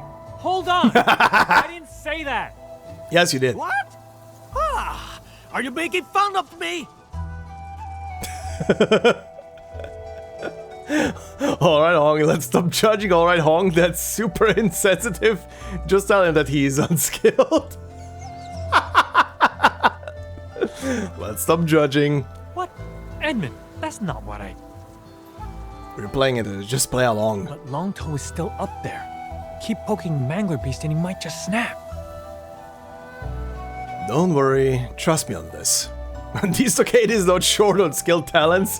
They have a right to take part, you know. Trust me. Sure, he might have certain skills, but this is a major project. Maybe we should discuss. Hey, Dog Nerd! If I get this done on my own, I'll adopt you as my grandkid and treat you like one, and vice versa. Gave me enough for this dare? Grandkid? Ha! You? I think you're bound to fail. Go ahead and do your stuff, son. I mean, grandson. How old is the big guy supposed to be? Alright, grab the stuff. Watch and learn, kid. These two seem to be around the same age. It's on. No one's backing out. Okay, get... Oh, cuprium parts. And put them in the backpack. Okay, cuprium, huh?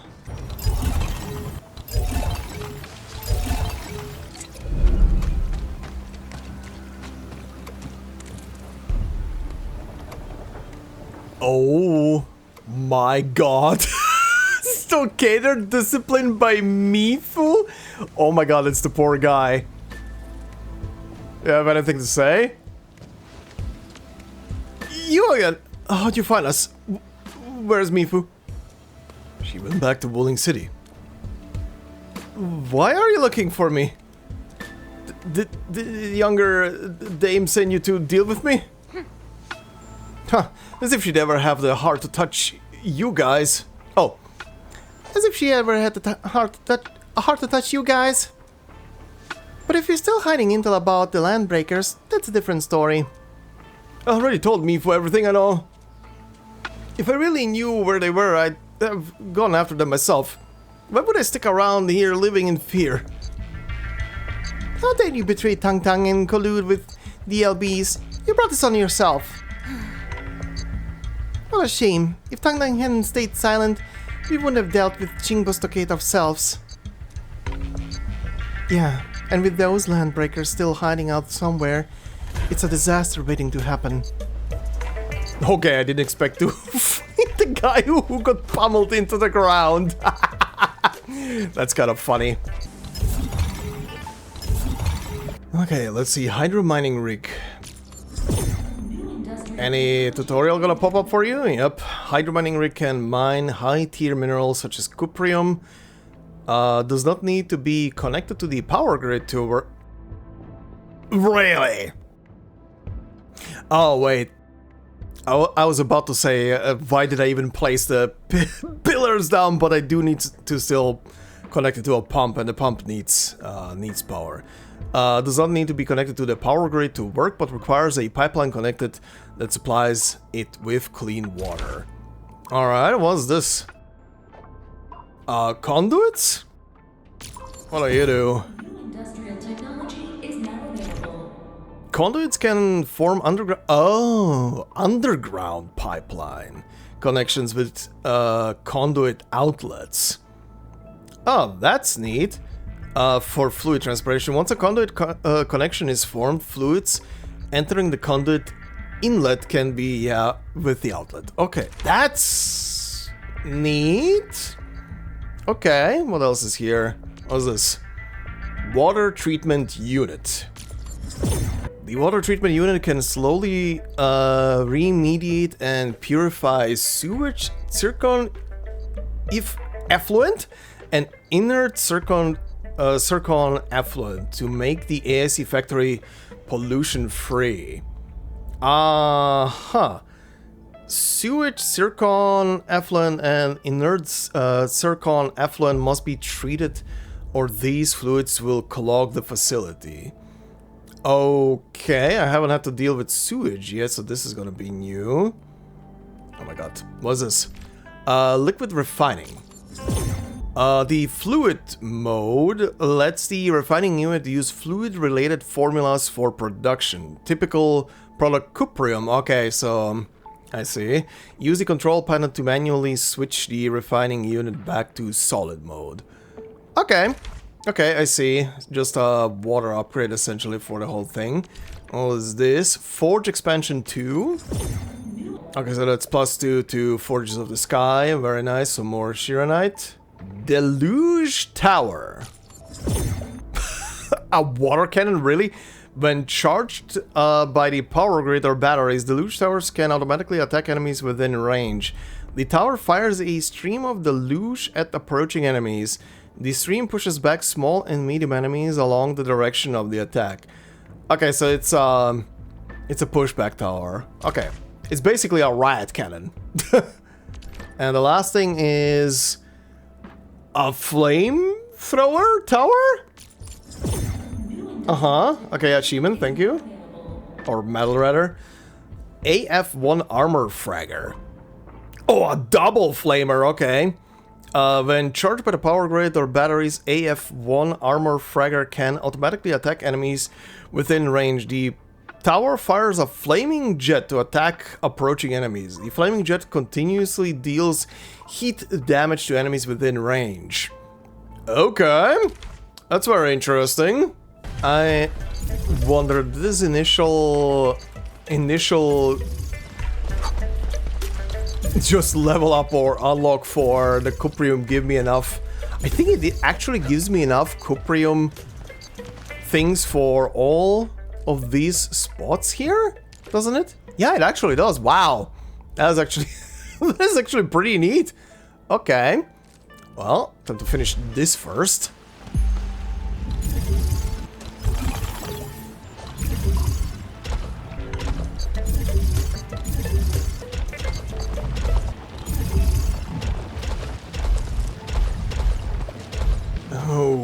Okay, that's the first spot done. Now for the other spot.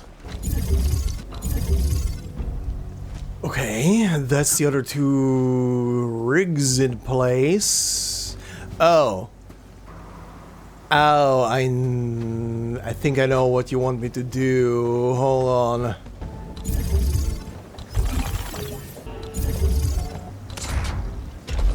Okay, so this apparently works like a power line, huh? How far? Okay, 200 meters. Well, let's see if this is gonna be enough. Oh, it will definitely be enough.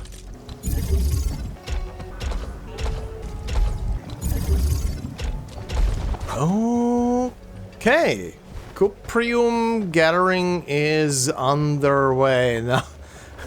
Now we go back and build the facilities. Jesus Christ. Okay, so you now have a thingy. Let's see how this is gonna look. Also gonna have to connect it with pipes. Okay, so you need cuprium and water, and you're producing cuprium ore into cuprium. Okay. Sewage is basically water with all sorts of suspended and or dissolved materials. It must be processed at a water treatment unit to render it harmless. Okay. Okay, so refining reactor main product. Aha. Interesting. Interesting.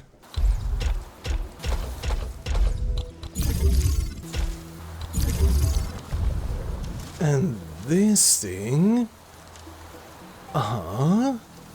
So yeah, it treats the stuff, but... what happens then with the stuff? Is it just stored inside of it? I guess I'm gonna see in a moment. Alright, production is underway. Wow, it's immediately producing the sewage. Okay, the water is being treated. What? I am actually curious. Does it say anywhere? Hold on. Doesn't really say what happens to the water afterwards, outside of that it gets treated, I guess. Yeah, I can see that. Treats sewage and those two types of wastewater. Facility for processing sewage can also be processed, blah blah blah, yeah. Endfield greatly improved the efficiency of its water treatment process by employing techno protocol in the steps of disinfection and remediation. Huh. Oh well, it's fine. I got my cuprium components. That's all this side venture was for, just to get the cuprium components. Hi there, buddy. Here you go. Darkness, got the stuff? Yep, after what was 30 minutes for me in total, but was probably like 5 minutes in the video. Anyway, great, time to give you a show. Trust me, it's gonna floor you all. Oh, I'm ready to get floored. Sure you can do this. When did I ever mess up, huh? Keep your eyes peeled.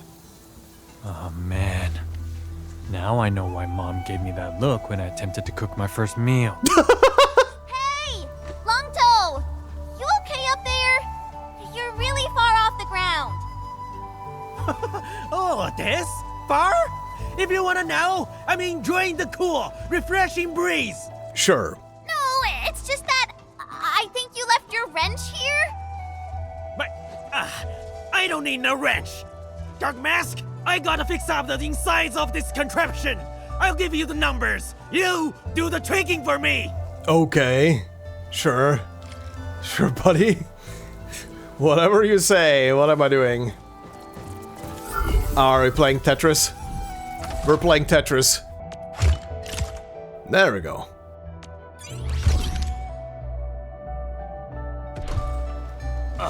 Red wire. Blue. Yellow, green? What the hell? A grey one! Dork nerd, since when did you guys change the cable layout? Are you trying to cheat us again? Cheat? What on earth? It's just a technical upgrade. Hold on. What did you dismantle? What are you looking at? So, Enman, if Longtoe is planning to work through the night, we have to keep our eyes on him. Yes. Sadly, yes. He's really taking his time. He's truly determined. Oh, did you do it? Got it! The pump is running! Alright, baby boy, got anything to say? The generator is actually supplying power. What did you do? Applied some spit and elbow grease. Connections. See? We can build our own stuff! Can't believe you have all these tricks up your sleeve. Dang, that was an automated control chip. Ha, yeah! So, what's the pressure-sensitive circuit for? Oh, no. What? Don't tell me you didn't connect that! Uh-oh. Whoa, that's a lot of steam. Yeah? The entire place is shaking, too. What? How? Turn it off. The entire thing will be utterly destroyed if this goes on. I'm heading up. Stay here and keep your eyes on the machines and facilities. Now stop! I made a few improvised connections. It might get worse if you make changes to them. Thanks, genius. Now help me get it fixed. Endman, I need your help. Check the terminal and adjust the parameters, please. Suddenly, all these shaking sounds stopped. Okay. Alright, buddy, I will play more Tetris for you. Same thing, but in reverse.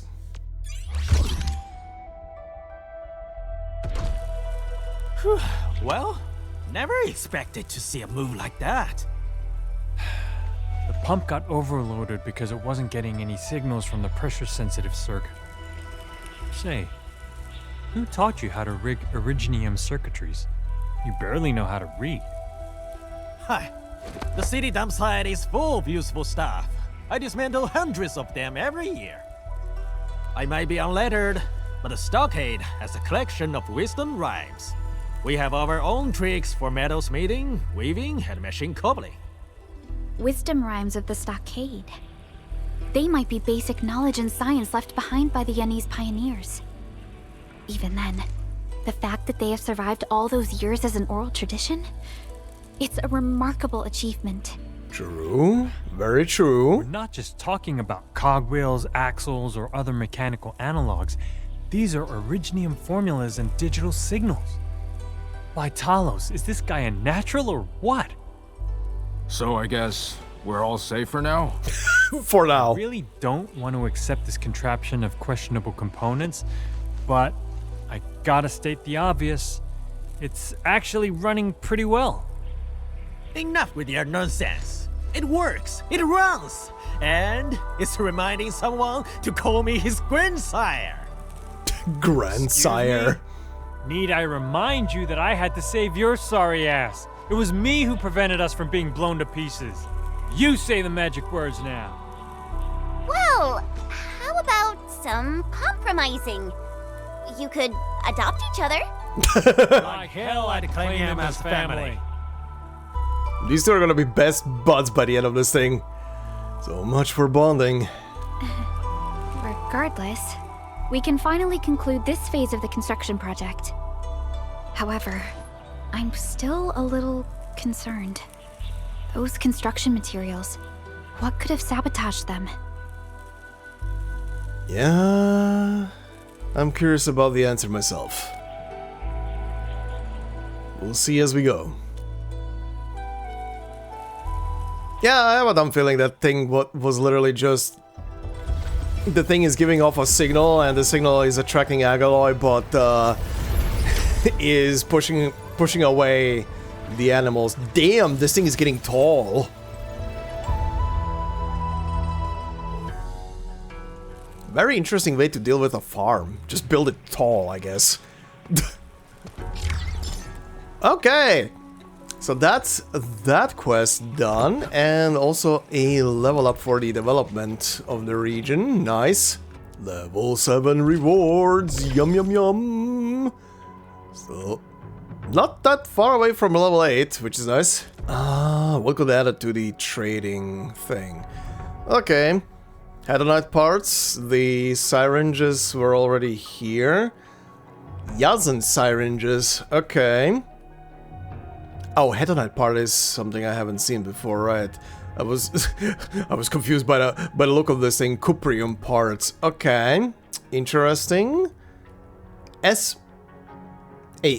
Oh, wait, no. What?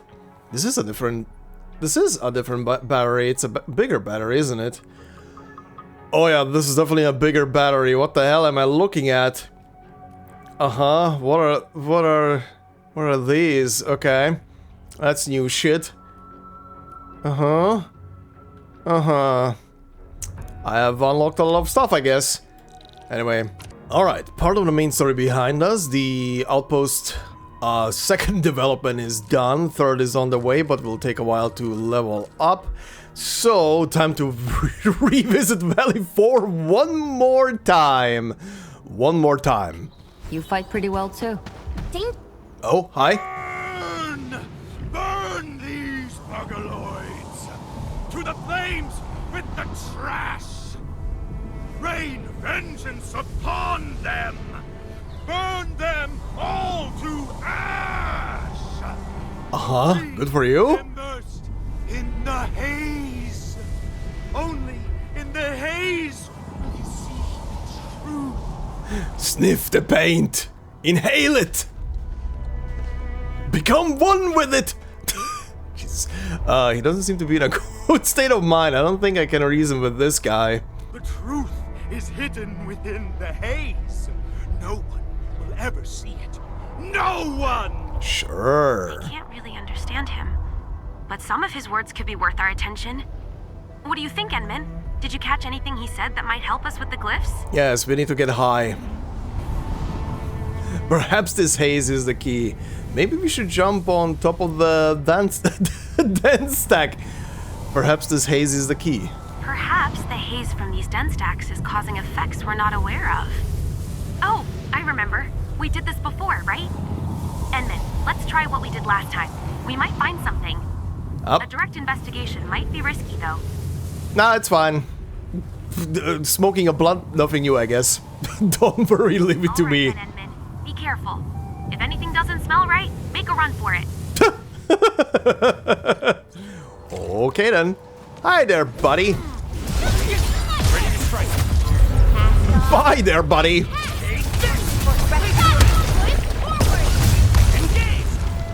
Poor guy. Okay, time to get high. What are we looking at? I see the glyphs. So yeah, apparently this quest leads me onto the second map that was unlocked ages ago in that little hidden away area. Also, I never figured it out. Apparently there is a chest here, and I don't see where. I never found it unless it's below me. I don't know. Huh? You saw Landbreaker graffiti there as well? Yeah. Okay. Oh, this place I was ignoring because I thought it's gonna be... I thought it's gonna be part of some quest. Ah, neat. Okay. So yeah, basically, I was never down here. Ooh, more smoke. A hidden Landbreaker camp? Jeez, this is way too close to the hub base. Why are they gathering here? Enman, we'd better take care of these threats quickly. Oh, we shall. Oh, we shall. Hi, what does this do? Use. What did that even do? Okay, sure. Hi. That'll give us some breathing space. Wait, Enman, I think I just saw a gate over there. Sure. Think I'm still busy. Oh, never mind, the guy died. Fucking camera pulls away in the middle of a punch. Find a way to enter the cave. View. I can see clear signs of passage around this gate, and those three identical devices. I mean, there's definitely... Yeah, okay. Press all three switches. That's what the switches were for. Okay. Okay. But do I need to flip them in a specific order? A sealed gate and three identical devices. That den stack may have something to do with them. Okay, time to get high again. Also, there's a nice little chesticle over here. Hi. Yum, yum, yum, yum, yum, yum, yum. Alright, huff and puff.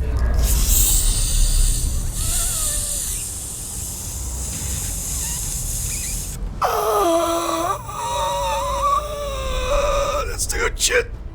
That's the good shit. Oh my. Okay, anyway, what comes first? Where's the code written down? There's a note on the ground. It reads the great boss gives us the treasure, and we's buried the loot at this place. These words seem familiar. Better check the Arcavia port sync. Huh? Oh, right. There was this thing as well. I forgot to look at this thing earlier because so much shit popped up. Qingbo Stockade. Qingbo Stockade is a small riverside community located in the outskirts of Wuling City. These stockaders were already living in this part of Wuling before the scientific survey team from Hongshan Academy of Sciences arrived in this region. The stacked multi-story design, hanging architecture, and simple waterworks are capable of supporting those living in Qingbo Stockade. Although stockaders often steal and raid supplies from Wuling, the community is largely self-sufficient. After analyzing field investigations and testimonies from actual stockaders, historians believe that the founding of Qingbo Stockade occurred during the Humiliation War. That shameful conflict made many lose hope in the future of the civilization band. Such sentiments must have affected the Stockade founders as well. They ventured to the region of Wuling, found a new home on this alien planet, and expanded into the Qingbo Stockade we see today. Oral testimonies from multiple elderly stockaders describe how their ancestors used their skills and techniques to discover a pristine sanctuary amidst the blight-flooded landscape of Wuling. The earliest stockaders lived around the ancestral spring and devised simple, direct solutions to survive the unforgiving environment of Talos-II. To the Qingbo stockaders, the blight tide was a disaster, but also kept them from outsiders until the arrival of Tianche from Hongshan. Okay, so yeah, they settled the region first, and then the Tianchen appear because they were they were dealing with the big rift, right?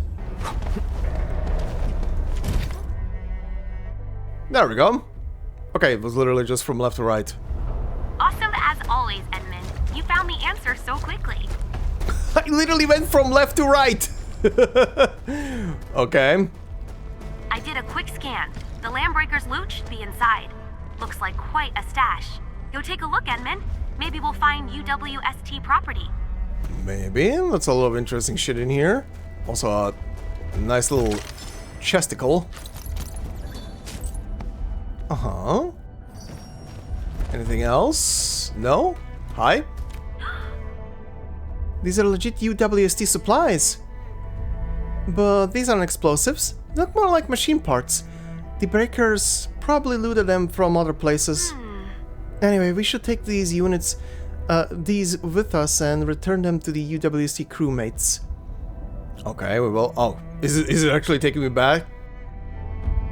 You spend some time and recover all the lost supplies.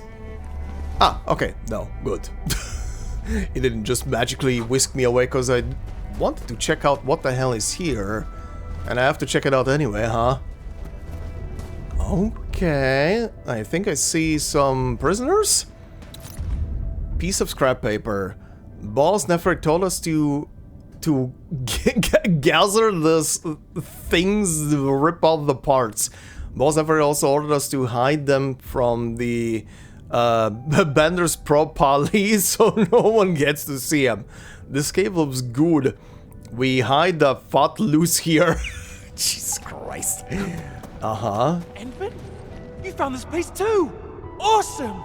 With you around, we'll foil the Landbreakers' evil conspiracy in no time! Sure, buddy. How did you get in there? Records of great ambition. 1 axe, 2 axes. Stuffed in the crates. Get more axes and I'll be a bone-crushing fist.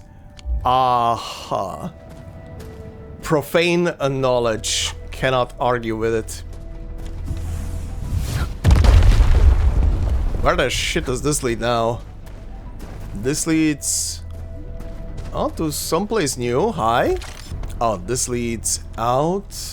Oh, this leads to the one place I was also ignoring in this valley. The end of this giant crevice. Okay. Okay, first off, I need to free the guy. Alright, my man. You smash the lock and free Jester from the cage. Oh, I've let my guard down. I'm a security guard, but now I need people to come and save me. Oh, this is so embarrassing. Why are you here? You chased the evil conspiracy and ended up in a cage? Well, I slipped up. I failed to notice the Landbreakers stalking me. They took me by surprise while I was focused on the clues. I got one down before the others knocked me out cold. Then I woke up in this crappy cell. But that's beside the point. Look, enemy. You're lucky that they left you alive, buddy. After analyzing the existing graffiti and the records they left behind, I cracked their code. That glyph we saw on the rock means rallying point. They're gearing up to attack the hub base from there. Okay, you don't say. That sounds like a possibility. Perhaps this is the truth. Then I better hurry back and get rid of that rock. We can't let the Landbreakers have their way. Oh yeah, I also made a few notes on the meanings of the other graffiti. Take this, Enmin. Treat it as a souvenir of our great teamwork. Thank you. Enmin, should we head deeper into the cave and look around? I'm thinking the LBs might have stashed other things here. Sure. Let's see. So the claw means danger. Friends? Okay, the two like little guys. Footprints, places people can go. The hell? Tires and stuff like that? Trash, okay. Okay, that's rain, a cloud and rain, yeah. Fire, very easy. What's this? Enemies, okay. Sun? Oh, day, night. Okay, I'm guessing... Actually, which one is day and which one is night? If they go in the same order it's written, then the hollow one would be day and the full one would be night? I guess? Actually, yeah, I think that's the case. Because this first one has more, like, radiance going from it. Interesting. This stash is huge. Some of this stuff looks like it came from the UWST. I'll give Satcher a call and tell him to get his crew over here. I believe this is a successful conclusion to this incident. We can head back now, Enmin. We can head back, but there is... Yeah, now it's gonna let me go into here. Okay, cool. Also, just to check, is that chest now gone from the map? It is, so that's why it was marked here. It was the one that was below. Huh, interesting. Okay.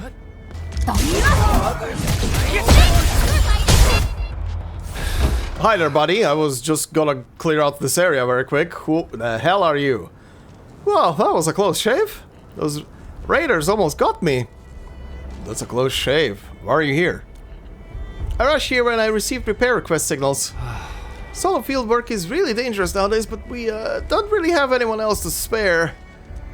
I never expected the message to come from an LB cam. That was a very terrifying encounter.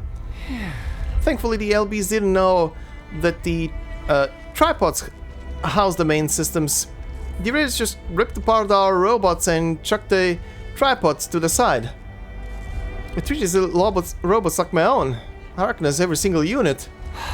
This poor disabled unit is Kevin. Bob is the one with broken legs. Okay, Kevin and Bob. I tried to remotely control them and escape this place, but it alerted the LBs and all of us were captured. Just look at all this work. If only had a team or a partner. Many of them are damaged beyond repair. I guess we can only save Kevin, but I don't know how long it's going to take. You alright? Did it hurt you? I thought you said you don't like people helping. Don't like people helping? That's not me, that's Bronzer.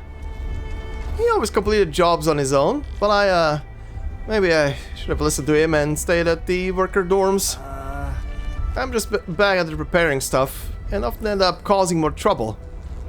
Wait, you're not Bronzer? Oh, I know what happened. You were probably talking to my older twin brother, twin Bronzer. My name's Cop... Bronze Cop... No. Oh, kids, who the fuck named you? Bronze and copper. You look alike. You even wear the same outfits. Yeah, it's very confusing. Folks often can't tell us apart. If only Bronze were here, he knows more about repairing stuff than me. Don't worry, I can help with the repairs. Really? You can? Awesome! Don't worry, I can Tetris. Oh, the dog survived. The dog started to notice me. Had to go. Anyway. Delta Savior, okay, thanks. Thanks, game. Kevin, you're finally well again. Awesome. I don't know how to thank you. These robots look pretty cute. These units are just prototypes we jointly developed with the UW, but we were forced to deploy them as things got really desperate. These Delta feature all-terrain transfer capabilities and context-sensitive hostility avoidance. But if you run into more broken robots, can you please... Yeah, I've been repairing them, don't worry about that. And I'm definitely gonna pay you for repairing the robots. Find me at the worker dorms for the rewards. Oh, really? Sure, I'll look out for those robots. Huh, is he really gonna be there with some extra reward for repairing them? That's interesting, but first, there's a thing I've never touched. And it's this little region with 3 freaking chests and a level 20 guy who's gonna die in a sec. Stay safe, team.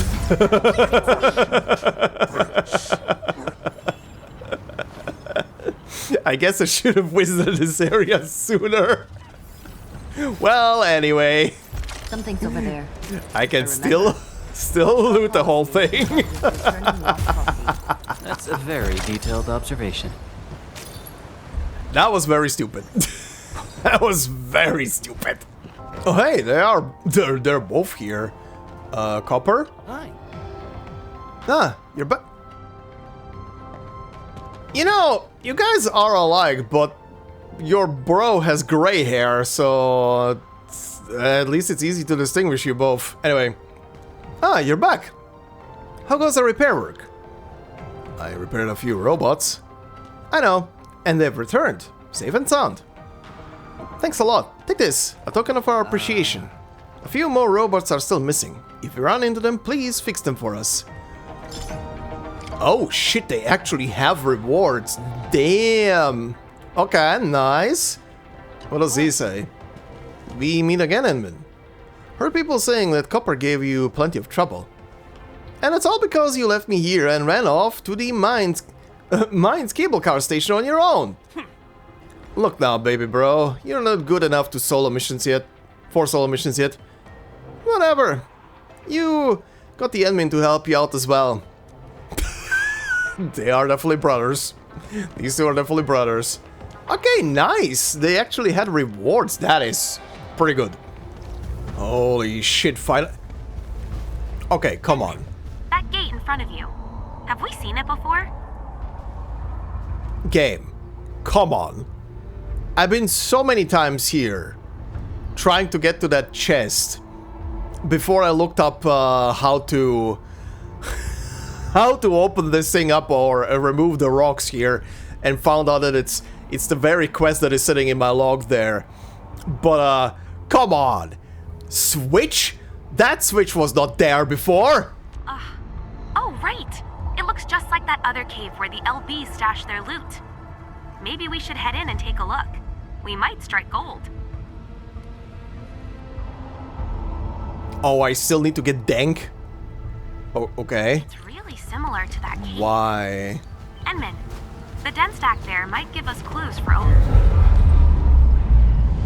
Oh, that's why. Okay. Okay. Uh-huh. You dig around and find a note hidden in a bottle. Oh, okay.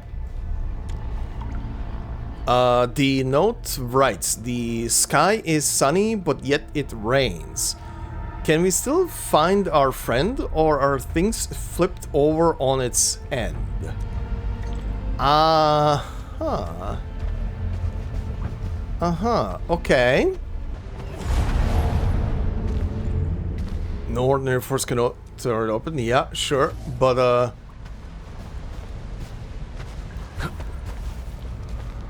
I have a feeling I bugged out or something. Can I not reset the... These are the only two switches here. Yeah,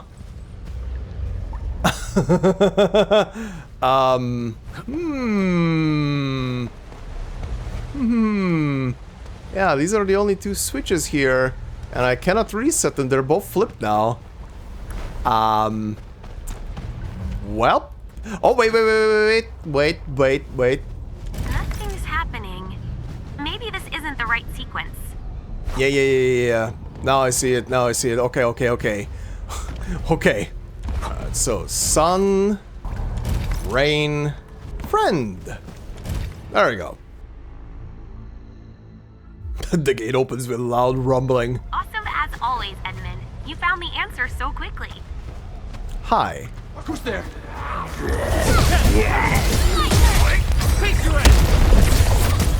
What? The funny thing is, even when the wall was up, this guy's behind this wall. And the funny thing about that is that if you angle yourself specifically on the walls in a way, with certain characters, you can still damage him, but I don't think you can kill him because you don't enter combat. And he just keeps regenerating. I tried that. True story. You spend some time digging and find a crate filled with supplies. Oh, hi. Okay, first, wait.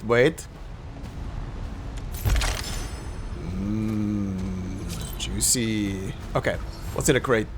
Can these be the explosives? Oh, I just remembered. These must be the gel cotton explosives that Satyr mentioned. The Landbreakers actually hid them here. Enman, we should call Satyr right away. His crew should carry these explosives back to their sites. I really don't want anything bad to happen. Yeah, would be nice. We found these. Are these the explosives you lost? Or missing explosives? Where did you find them, Edmund? In an LB cave. I'll send you the coordinates. Thanks a million. You're a lifesaver. Thank goodness the LBs didn't use them. I'll send a crew to pick them up. Okay. Good. And is that the end of that? I think it is. It definitely is. Okay. Okay. Nice. Alright then, I think this is gonna be enough for questing, story progress, and all the other things for today. I am looking at a lot of footage that I have to go through once again. How do I always end up recording for like 4 to 5 hours of this game every single time?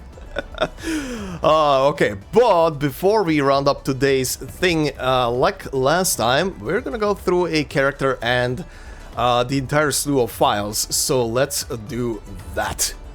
Alright, today's candidate is gonna be EMBER. I think I said this at the beginning of the episode, but in case I didn't, because it's been like 4 or 5 hours at this point since recording. Apologies. But yeah, someone told me on a couple of episodes ago to check out some... I can't remember if it was a specific voice file or a file specific to her, but yeah, we're gonna go through the whole thing today because there's a couple of things I'm very curious behind her, especially because she is a Sancta. Oh boy, let's see. Faction Order of Steel Oath. Race Sancta. Okay, Expertise 1. Combat Technique Armor Defender. The Order of Steel Oath treats an assault as a means to guard an objective. The best defense is offense, right? In the front lines where the fighting is hardest, the Oathkeeper's defenses serve as a means of attack. Okay, Expertise 2, Constitution Fortitude. You never run out of things to do in the battlefield. The immensity of your tasks boils down to how unwilling you are to fall. Jesus, that's a statement. Hobbies 1, Sports, Military Training. Of course. She is accustomed to life accompanied by sword and warfare. Her crusade is not yet over, she is constantly preparing for it. Okay. Hobbies too, technology, DIY, repairs, even the most advanced equipment must be properly maintained. A soldier is duty bound to have complete knowledge of their closest companions. Considering she's a Sancta and everything, I haven't even thought about this, but could she be like a derivative of a gun knight, but without the without the gun part? I wonder. Considering she's very heavily armored, and gun knights are like the most heavily armored units in Laterano back on Terra. They're basically the elite units of Laterano. Anyway, let's see. Basic info: codename Ember, gender female, authentication Order of Steel Oath, date of birth April 10th, race Sancta, Oripathy infection status positive, based on medical examination reports. Integrated physical examination. Physical strength, excellent. Combat skill, excellent. Technical acumen, excellent. Originium arts assimilation, standard. That is the typical spread of either you're fully physically capable and your arts capabilities are shit, or you're very arts capable and the rest is shit. The trade-off. Operator Ember has multiple instances of combat trauma throughout her body that have yet to fully heal. Despite her suboptimal physical condition, she has achieved stellar performance in her physical examinations. Though Ember claims to have experience in self-treatment to sustain operational performances, close monitoring of her health and recovery is strongly advised to prevent regression. Yeah. Human resource summary. Operator Ember served in an assault banner of the Order of Steel Oath.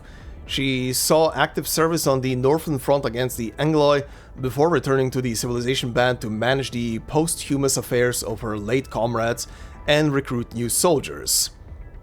Alright, yeah, she fought in the North, following a recommendation from Order Castellan Gerald the Sanctified Zasso. Holy mouthful. The Sanctified, huh?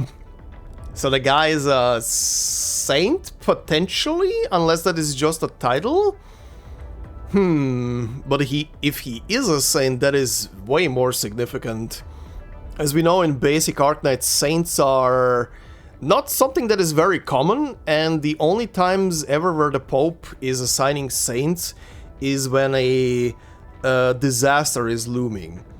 And and only back in normal Arknights timeline, only in recent times has the Pope actually declared several saints. One of them being a alternative version of our operator that we had before, which was Federico, aka Executor. But yeah, interesting. Ember began collaborating with Endfield Industries and carrying out various operations on their behalf. Ember is a team player and never hesitates in sharing her thoughts. She is also an extremely sensitive listener. As an Oathkeeper soldier, she appreciates the importance of this discourse. The duration of this particular interview is about 37% shorter than the average. We recommend adopting the relevant recordings in the select example of effective communication of this division. Okay. Also, pursuant to Supervisor Perlica's request, the following reminder shall be re-emphasized. Although Ember herself expressed no particular concerns, unnecessary questioning of her past remains an offense to her personal dignity. That's interesting. Anything could have happened in a battlefield, and anyone who endured and survived such extreme adversities shall deserve the utmost respect. Martin Marvin, Malin Assistant, HR Division, Endfield Industries. Interesting. Also, I love how he is suggesting to adapt whatever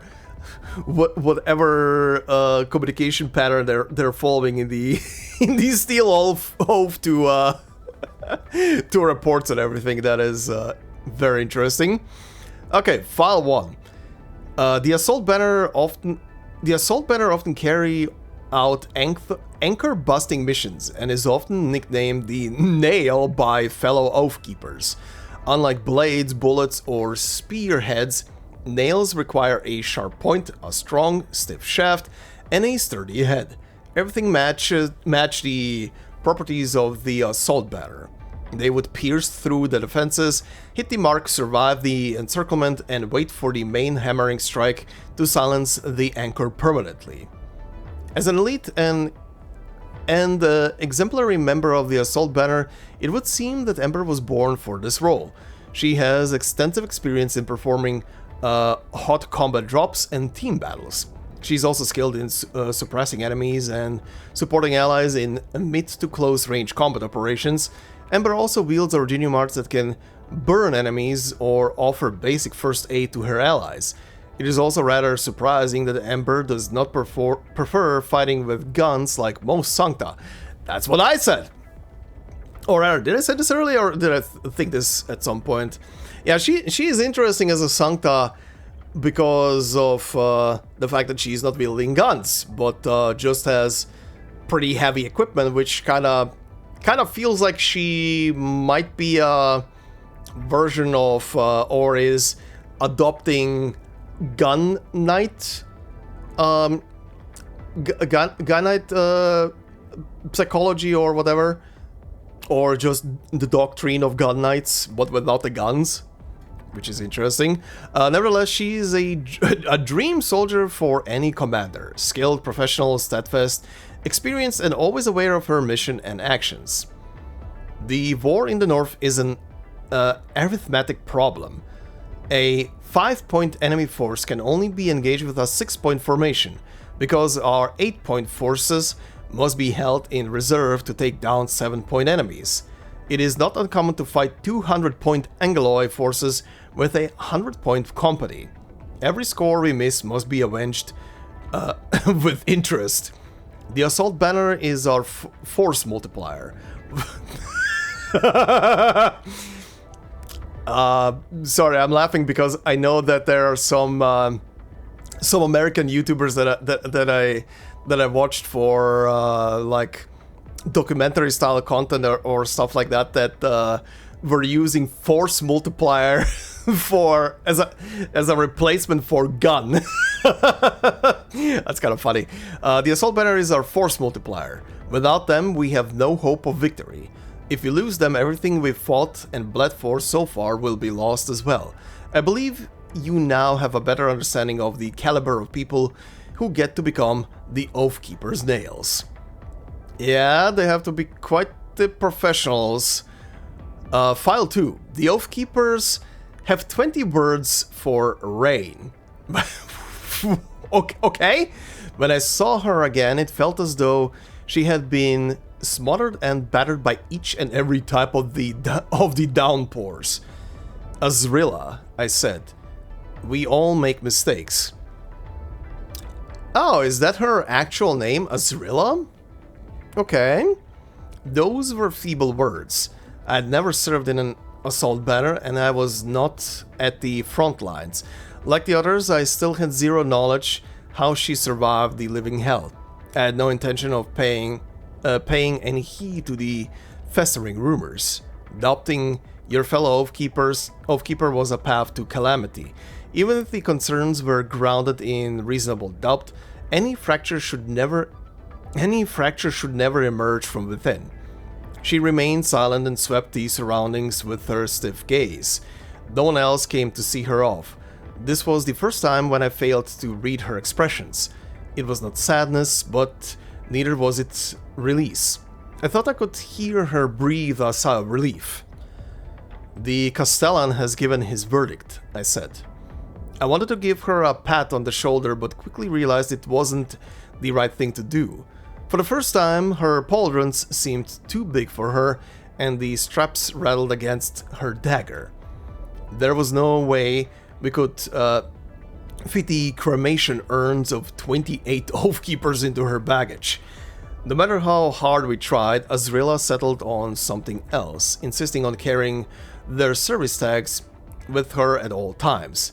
They clattered and ranked with every movement, but no one laughed. Nila's weapon has been placed in the Vault of Relics. Her family will be here in a few days to retrieve her other things. Don't you want to go and see them again? No, she finally spoke. I intend to set off at once.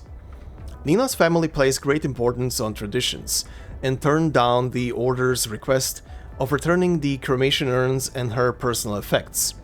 Perhaps I should not question any further. My neck slightly itched. Perhaps several pairs of eyes were gazing at this place from behind the safety of the windows and blinds that demarcated the boundaries. Go forth and see to our mission. I opened the gate of the keep. The vehicle was already loaded and had been waiting for a while. The driver was meticulously cleaning the mud from the bumpers as it always rained in the north. I shall look after your patron firearm. I swear it by my name. Gratitude, Grand Treasurer. Azrila then paused for a while. The crusade will eventually end. Okay, so yeah, that confirms that, yeah, she's a true Sancta and has a patron firearm. That is very interesting. For people who don't know, the long and short of it is, when a Sancta first gets their halo, they are pretty much immediately brought, or shortly after that, brought to a gun maker essentially, and they choose their first gun essentially. The first gun they choose is their patron firearm. It's something very personal, and it's something they also meticulously maintain and also modify to their own liking. Pretty much, it's pretty much Harry Potter choosing wands when you become a wizard. It's pretty much that, something that gets bound to you. Now, they don't have to use only that patron firearm. The patron firearm is like an ID card, essentially. Plus, it's also, like I said, very personal for them. But they can use multiple guns and wield multiple guns. It doesn't matter how many guns a Sancta has in their possession. It's just a thing of one gun is very personal. Very, very personal to them. Okay, so yeah, she does have a patron firearm. It's just under lock and key. Or rather, it's stashed away. Alright. File 3. Senior Staff Officer Master Grumman? I, Intel Officer Roland Arlos, hereby report the relevant details of this battle pursuant to the order of Castellan Zasso. Okay, we're getting some names here. Staff Officer Master Grumman and Officer Roland Arlos. The battle was a 7-day engagement. We committed the 4th and 6th standards, comprising 22 banners and 6,143 combatants. Damn! Over 42,000 Angeloi entities and 32 anchors were eliminated. Jesus! Multiple unregistered Angeloi construct patterns were cited in this conflict, with average combat capabilities approaching or exceeding the Homoisauron. Most samples have been sent to the Grand Archives for categorization. Comment. Samples received. Though I appreciate having more intact samples, I am also aware that my inputs would hardly affect what I actually get. Okay. Interesting. Again, getting numbers of how many people were in actual combat is very wild, because as we know from other files from before, the initial count of people on this world was, what, around 150, 160,000, which obviously people have multiplied since then and established their own civilizations here, but the overall population of this moon is not large, so like 6,000 people that were part of this engagement is quite the big number already. Anyway, the following is a summary of the actual battle events. Interception, 2,300 hours. February 10th, year 152, Sector West 2 of the Aurora Belt picked up anchor level readings. The 4th standard was assembled according to the Order Codex for Emergency Airlift. 005, I don't know, how do you say this? 005 hours, so 5 minutes after midnight. February 11th, interception operation initiated. 8 minutes after midnight, February 11th, anchor fall occurred ahead of schedule and entered a mobile orbit. The interception fleet missed the estimated interception point and failed to inflict sufficient damage to most of the anchors. Comment: the biggest and most severe failure of this entire battle. Why was the early boarding facility located so far outside? If the anchors were targeting somewhere further back, perhaps we had already missed our window of early interception. We have the monitoring stations been redeployed to better locations? Contact 0500 hours, February 11th. Forward elements have established a line of defense at the plateau of Battle Sector M320A. And commenced Angeloid host extermination according to scout intel. Said elements then proceeded to push toward known anchor sites. 1100 hours, February 11th.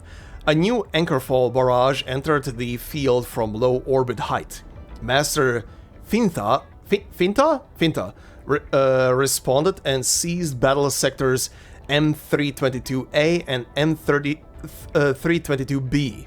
A total of 4 assault banners, Grey Wedge, Flood Peak, Blazing Fire, and Black Wings, were committed as reinforcements to assault the anchorfall sites. Comment: I must reiterate that issues stemming from our understrength field combat and early boarding formations have become significant. Our assault banner should not be committed in such low intensity conflicts. That is a low intensity conflict, okay? The Order is facing a worsening situation. We must introduce new detection measures or train casters skilled in arts of detection and scrying and include them within our banners. Okay. Oh, main engagement, here we go. 1600 hours, February 11th. The battle escalated as the termination of the anchors occurred behind schedule. 0100 hours, February 12th. Sudden spike in Angeloid spawning rates reported. Incoming bombardments forced us to retract the radius of anti-air coverage and impeded the transport of our reserves. Sightings of an unregistered Angeloid pattern, temporarily codenamed Hightower, interesting, by our frontline elements, were also confirmed. The assault banner Grey Wedge engaged the Hightower ahead of schedule, causing our frontal attack formations to disintegrate one after another. Contact with assault banners Flood Peak and Blazing Fire were lost. Preemptive anchor strikes failed. Battlefield dynamics shifted to artillery duels and defensive consolidation on both sides. 1800 hours, February 13th. Contact with assault banner Black Wings was lost. Battlefield dynamics have entered a complete stalemate. Jesus. 2100 hours, February 15th. Okay, so 2 days later, after the last one, numerous giant Angeloid breached battle sector M322A. Contact with assault banner Grey Wedge was lost. Okay, losing them. Losing every single one of them. Comment: we have an official codename for the unregistered Angeloid pattern. Scytheroson. Scytheroson? Okay, interesting naming. Endgame. 800 hours, February 16th. Mothership from the 6th Standard arrived at the field, providing a mothership, providing the required reinforcements for securing air superiority. Effectiveness of our artillery formations was established. Master Grimnir deployed 15 banners of foot and artillery that successfully arrived in battle sector M320A. 2300 hours, February 18th. 2 days later, all anchors eliminated. About 80% of the Angeloi were neutralized. The remnants withdrew to the areas beyond the Aurora Circle. Pursuit was no longer possible. For this battle, our two standards report a loss of 623 killed and 854 severely wounded. Youch! Our carrier mothership was forced to return to port for major repairs. Heavy losses were suffered by the foot banners Stone Claws, Veragild, and Thorned Razors. These banners have since been merged and reorganized. Assault banners Flood Peak, Blazing Fire, and Black Wings have been removed from our roster. RIP!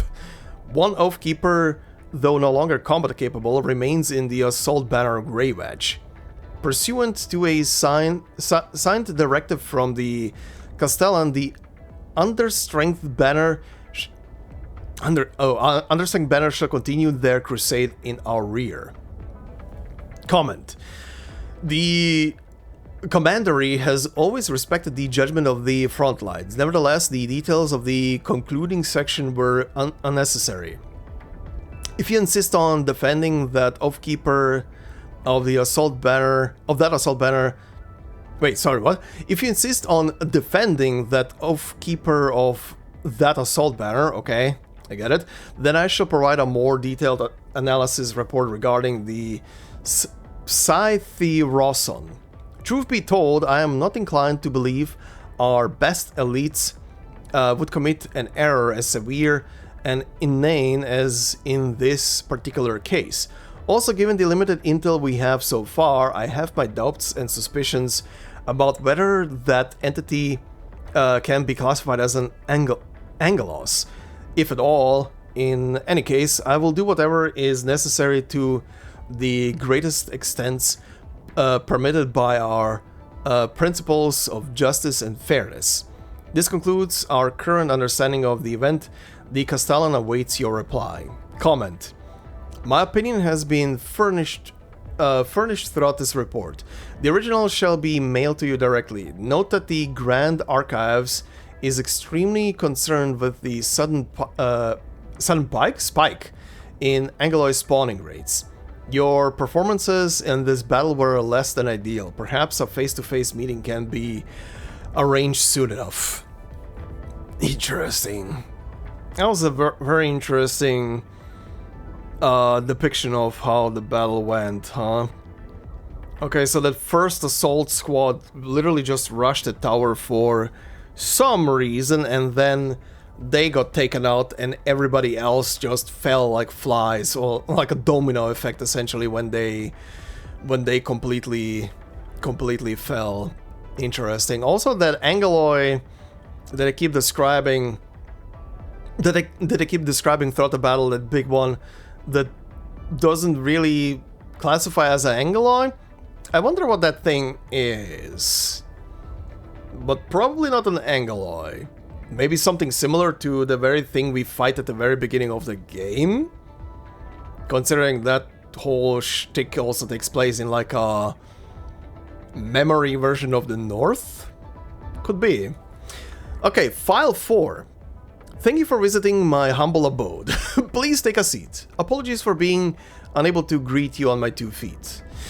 Just a fracture of the calf bones. I'll be out of the plaster next month. It's healing nicely and I don't think anything worse could happen. I'm more than happy to support your investigation. But really, this is just a minor issue of being bested by my batters, to put it simply. Oh, yes, there's no personal grudges or disagreements between the two of us. I formally submitted my application to her and took part in the trials as agreed. Now, I'd never met Lady Azrilla. Okay. However, it was an opportunity for joining the Order of Steel Oath and their legendary banners. If you've read anything about their crusading traditions, and if you're the type of person who wants to defend the homes of your people, no warrior would ever let this opportunity slip by. Pardon my insolence, but what actually makes you think this is an issue of personal grudges? She didn't pass anyone? Not even the champion knight from the majors? Okay. Okay, so the knight tournaments and the knights exist here. We've established that the knights exist, okay, a while ago, over in the KGCC. Interesting. Anyway, is that so? That's a little different from what I've been told. Regardless, I do not agree with your guesses. People can indeed communicate with each other by crossing their blades, and our blades did cross. Let me think. Oh, something small did happen afterwards. I hope it'll help you decide what really happened. Lady Azriela actually paid me a visit after the trials. I sensed there was something on her mind, and I was concerned she felt guilty for not stopping her sword in time and accidentally hurting me. So that was what I asked, but she just smiled apologetically and countered with a question of her own. Was there any time when you felt helpless? Honestly, I felt helpless in more occasions than I could ever hope for. But given the circumstances and the vibe of our conversation, I believe that we were not talking about the same thing. The powerful enemy is before you, but you no longer had the strength to even swing your blade. Your comrades are slowly losing every hope of victory just to keep you alive. What would you do in this situation? Or rather, what would you let them do? I have no idea why she asked me this question or what she hoped to get out of it. I just gave her my honest answer. I would hate to admit this, but if I'm already a piece of dead weight, I might as well give my comrades another chance. We can't afford to suffer any defeats. The civilization band is right behind us. I was trying to join the Order of Steel Oath, and it was natural for me to read about the stories from the front lines, but she looked really conflicted after listening to my answer. Nila and Claire did exactly that, she said. They all did, and this is why I cannot approve you. Ah, I see. I see what's going on here. She wants comrades who, despite everything, will not only fight to protect the civilization band, but will not give up on their own life, even in the most dire of predicaments, huh? Cherish your own life, basically. Okay. Blighter, that was the first time my brain ever overclocked itself. I had a feeling that she did not outright disagree with me. She seemed to be hesitating about other things. No, I don't really care about passing or failing her trials. I just want to help. It was during this time that Lady Azriela seemed as though she was in need of serious help. So I did my best to think about all sorts of possibilities and acted as though I know what actually happened. I told her, if you're seeking revenge on an enemy, just remember that nobody wants their friend to die trying to avenge them. Yeah, even I felt it was a dumb thing to say, and I immediately regretted my words. Then we said absolutely nothing for about 5 minutes or so, but Lady Azriela was actually really friendly. She forced herself to smile and comforted me by praising my combat skills. She even told me I could seek the others out and try again after my wounds heal. And after that, we talked a little bit more before she left. Oh, before I forget, she also asked me plenty of things about you. Since you're here specifically to ask me all these questions, does that mean she's going to stay at Endfield Industries for a while? Notes. This is followed by friendly banter that does not require specific review. Also, we advise getting the logistic operators ready. Operator EMBER may need to receive an ordinary visitor next month. Okay, interesting. Interesting. I wonder who this guy is gonna... if we're gonna ever meet this guy, but yeah, interesting. Very interesting. Alright, time for the audio logs. And boy oh boy, this is probably gonna be a sitting again. Let's see. Operation Prep 1. All set and ready. Awaiting your command. Prep 2. A new mission.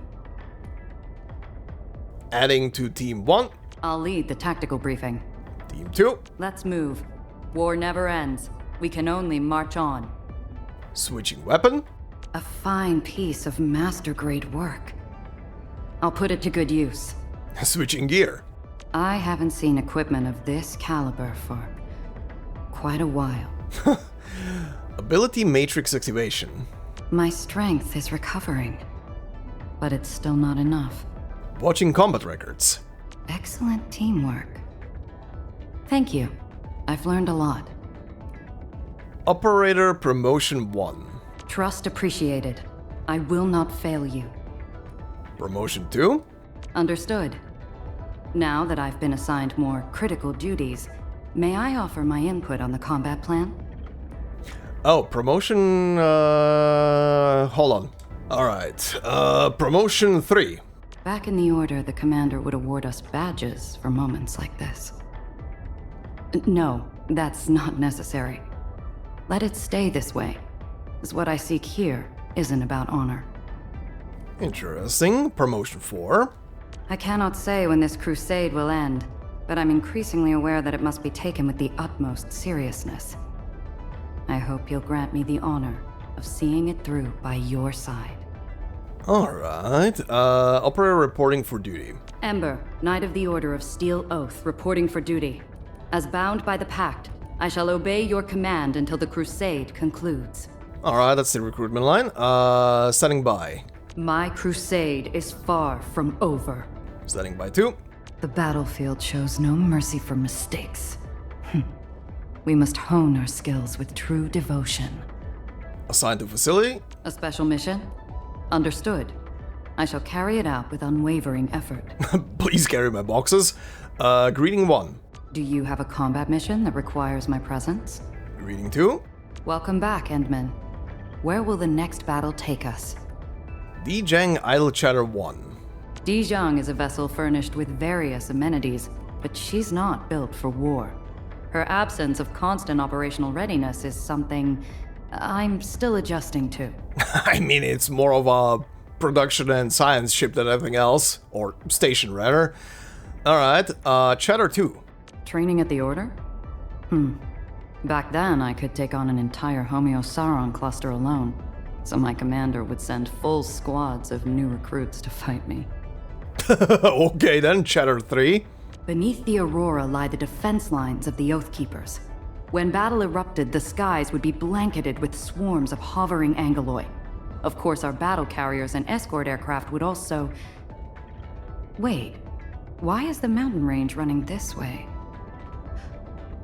Sorry, I might have misidentified the location. Okay, interesting. What did you say again? Battle cruisers and escort aircraft. Okay, battle cruisers, land cruisers. Chatter 4. High altitude drops into war zones are standard for my unit. Yet up here, the very idea of altitude starts to fade. Good luck dropping from outer space. Chatter 5. The operators here make excellent sparring partners. They value battlefield coordination and show great creativity in developing strategies. I've learned a lot from them. As an Oathkeeper, I must keep pace and never stop improving myself. Okay, Chatter 6. The Intel office granted me access to some mission logs.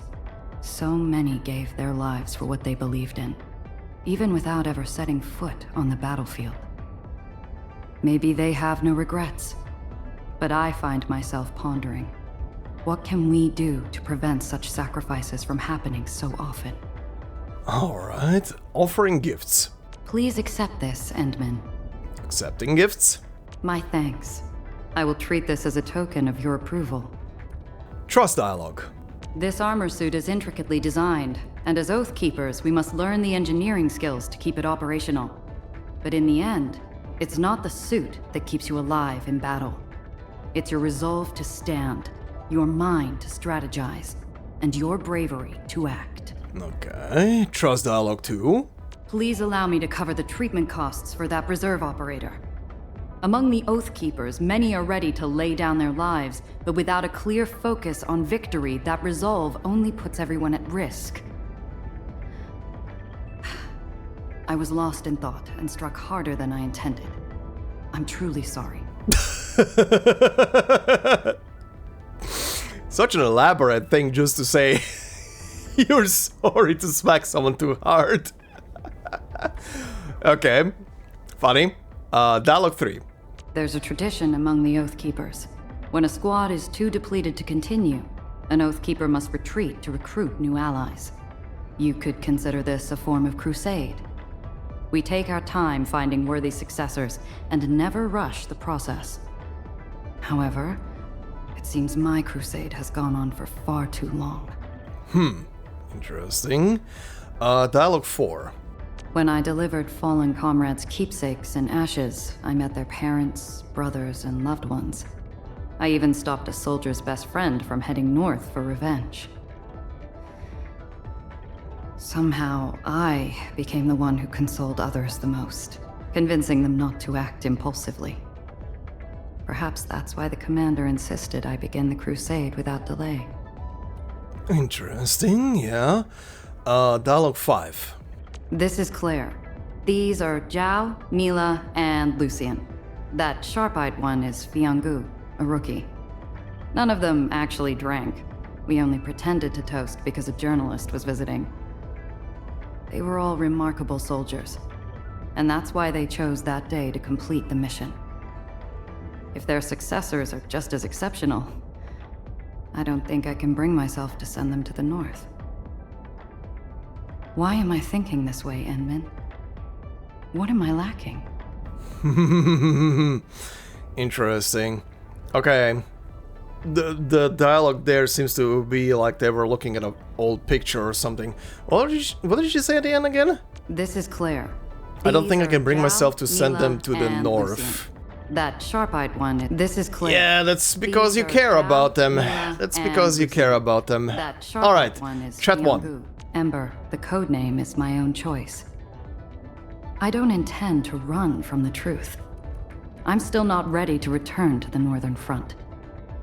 But as long as there's a chance to burn, Ember will reignite the flames. Endman, I trust that Enfield will help me find my path. Yeah, that is a very symbolic way to go about it. Okay, chat 2. Standard security units can handle Creosans, but the situation changes entirely when 3 Lysorans are present.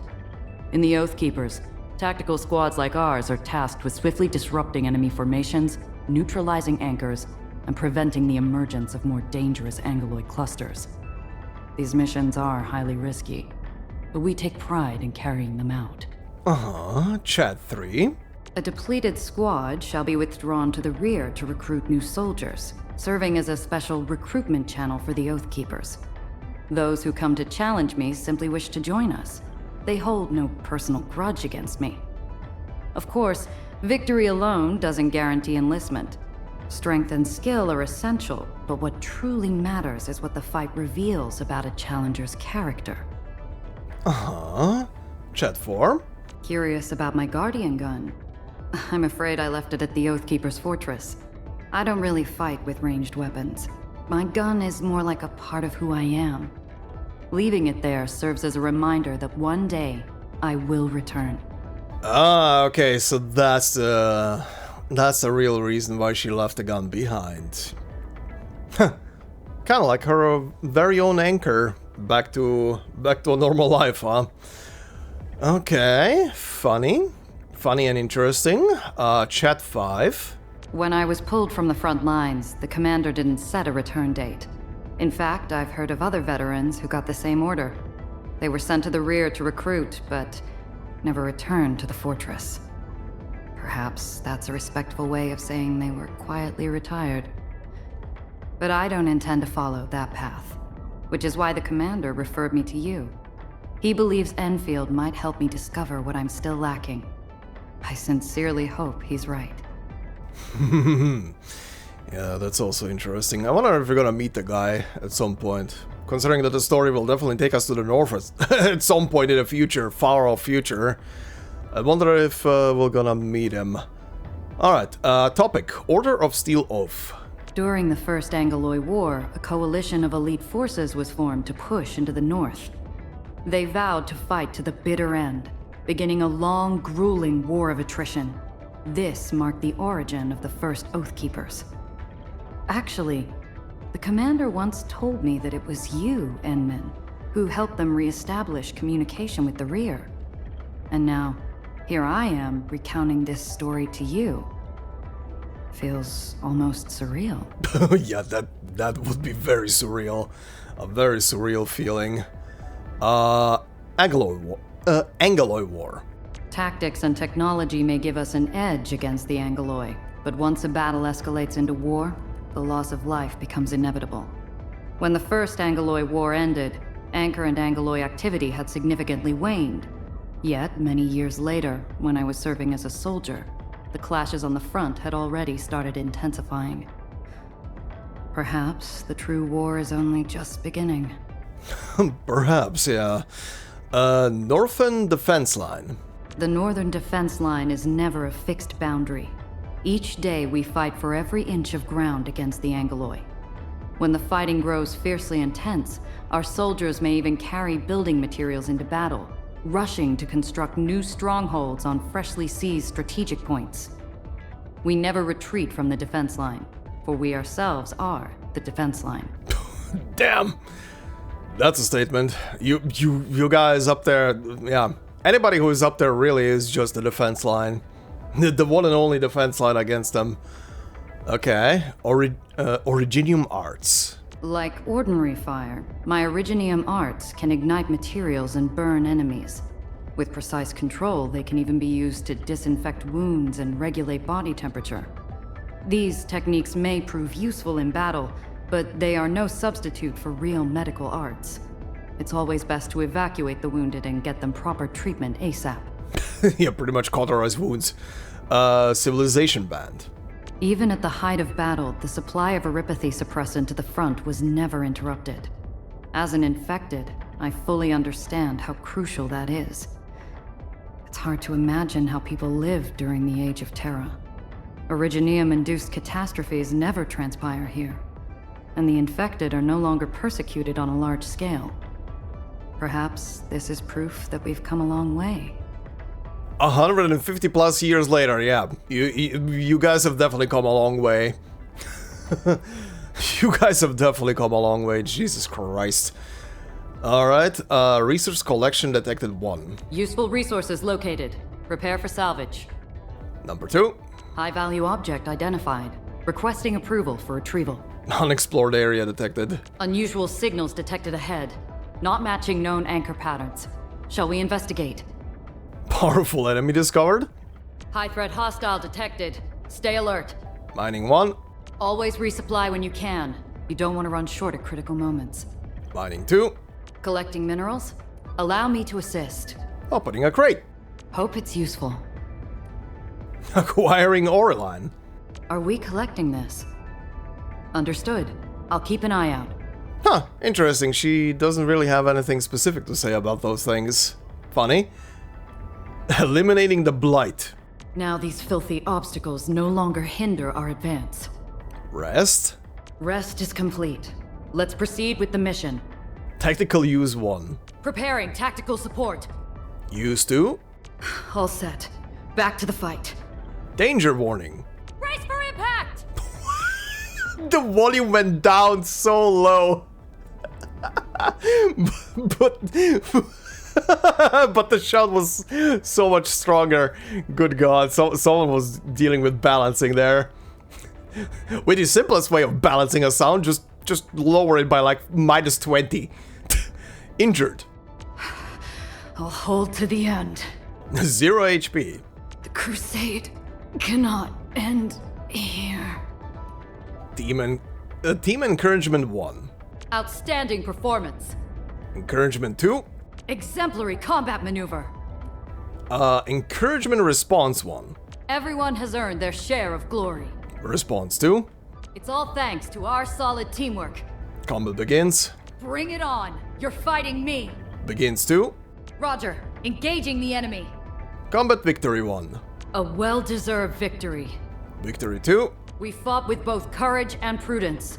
Excellent work, everyone. Victory 3. Together, we made this victory happen. Victory 4. I didn't perform well. But I'll take what I've learned and sharpen up. I promise. There's so many victory lines. Combat defeat. Have I made the same mistakes again? Final strike 1. Take this! Final strike 2. The controller is dying. Stop struggling! Survive 10 more minutes, controller, please. Battle skill 1. You can't stop me! Skill 2. Bring them down! Skill 3. Push forward! Combo skill ready 1. Ready to support. Ready 2. In position.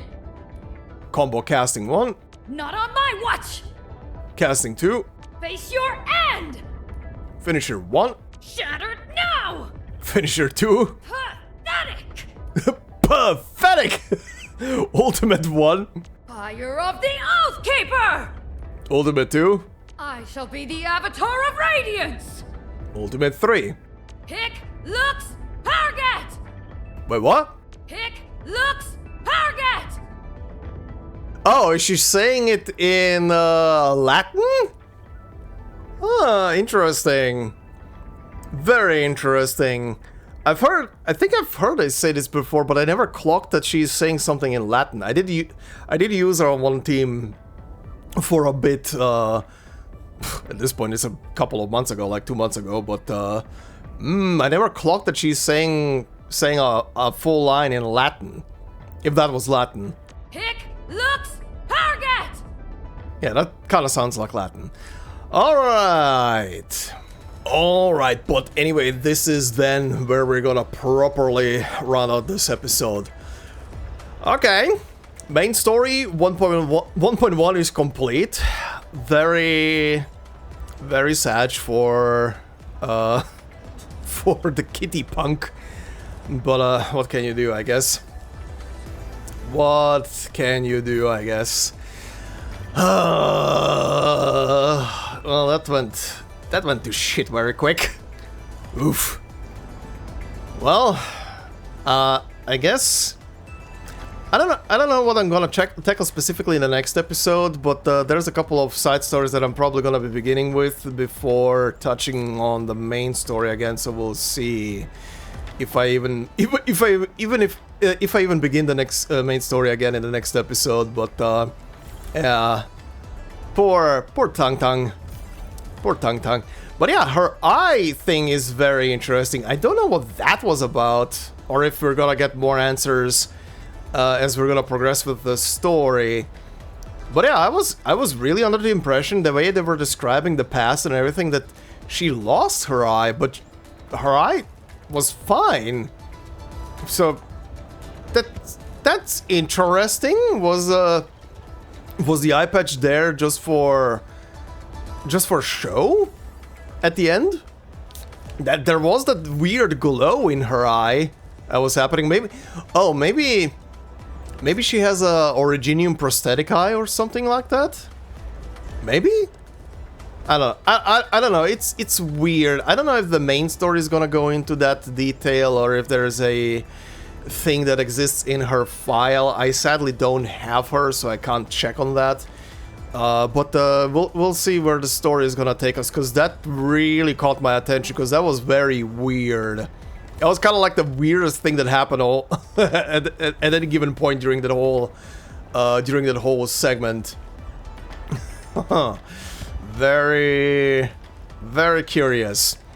But yeah, sad for her, bro, and it was definitely an emotional finale for 1.1. But yeah, the next part is gonna be 1.2, which I think is a big roundup for the Wuling story, I believe I heard.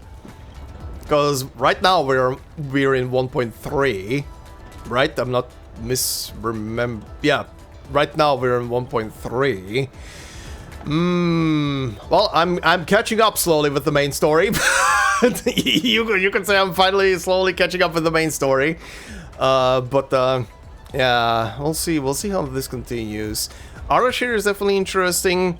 Neferith is just being her douchey self, as always. But yeah, the more those two speak, the more there seems to be like a deeper connection between them and the Endministrator. But we shall see about that, and if there's gonna be more about that in well, in the future, in the coming parts.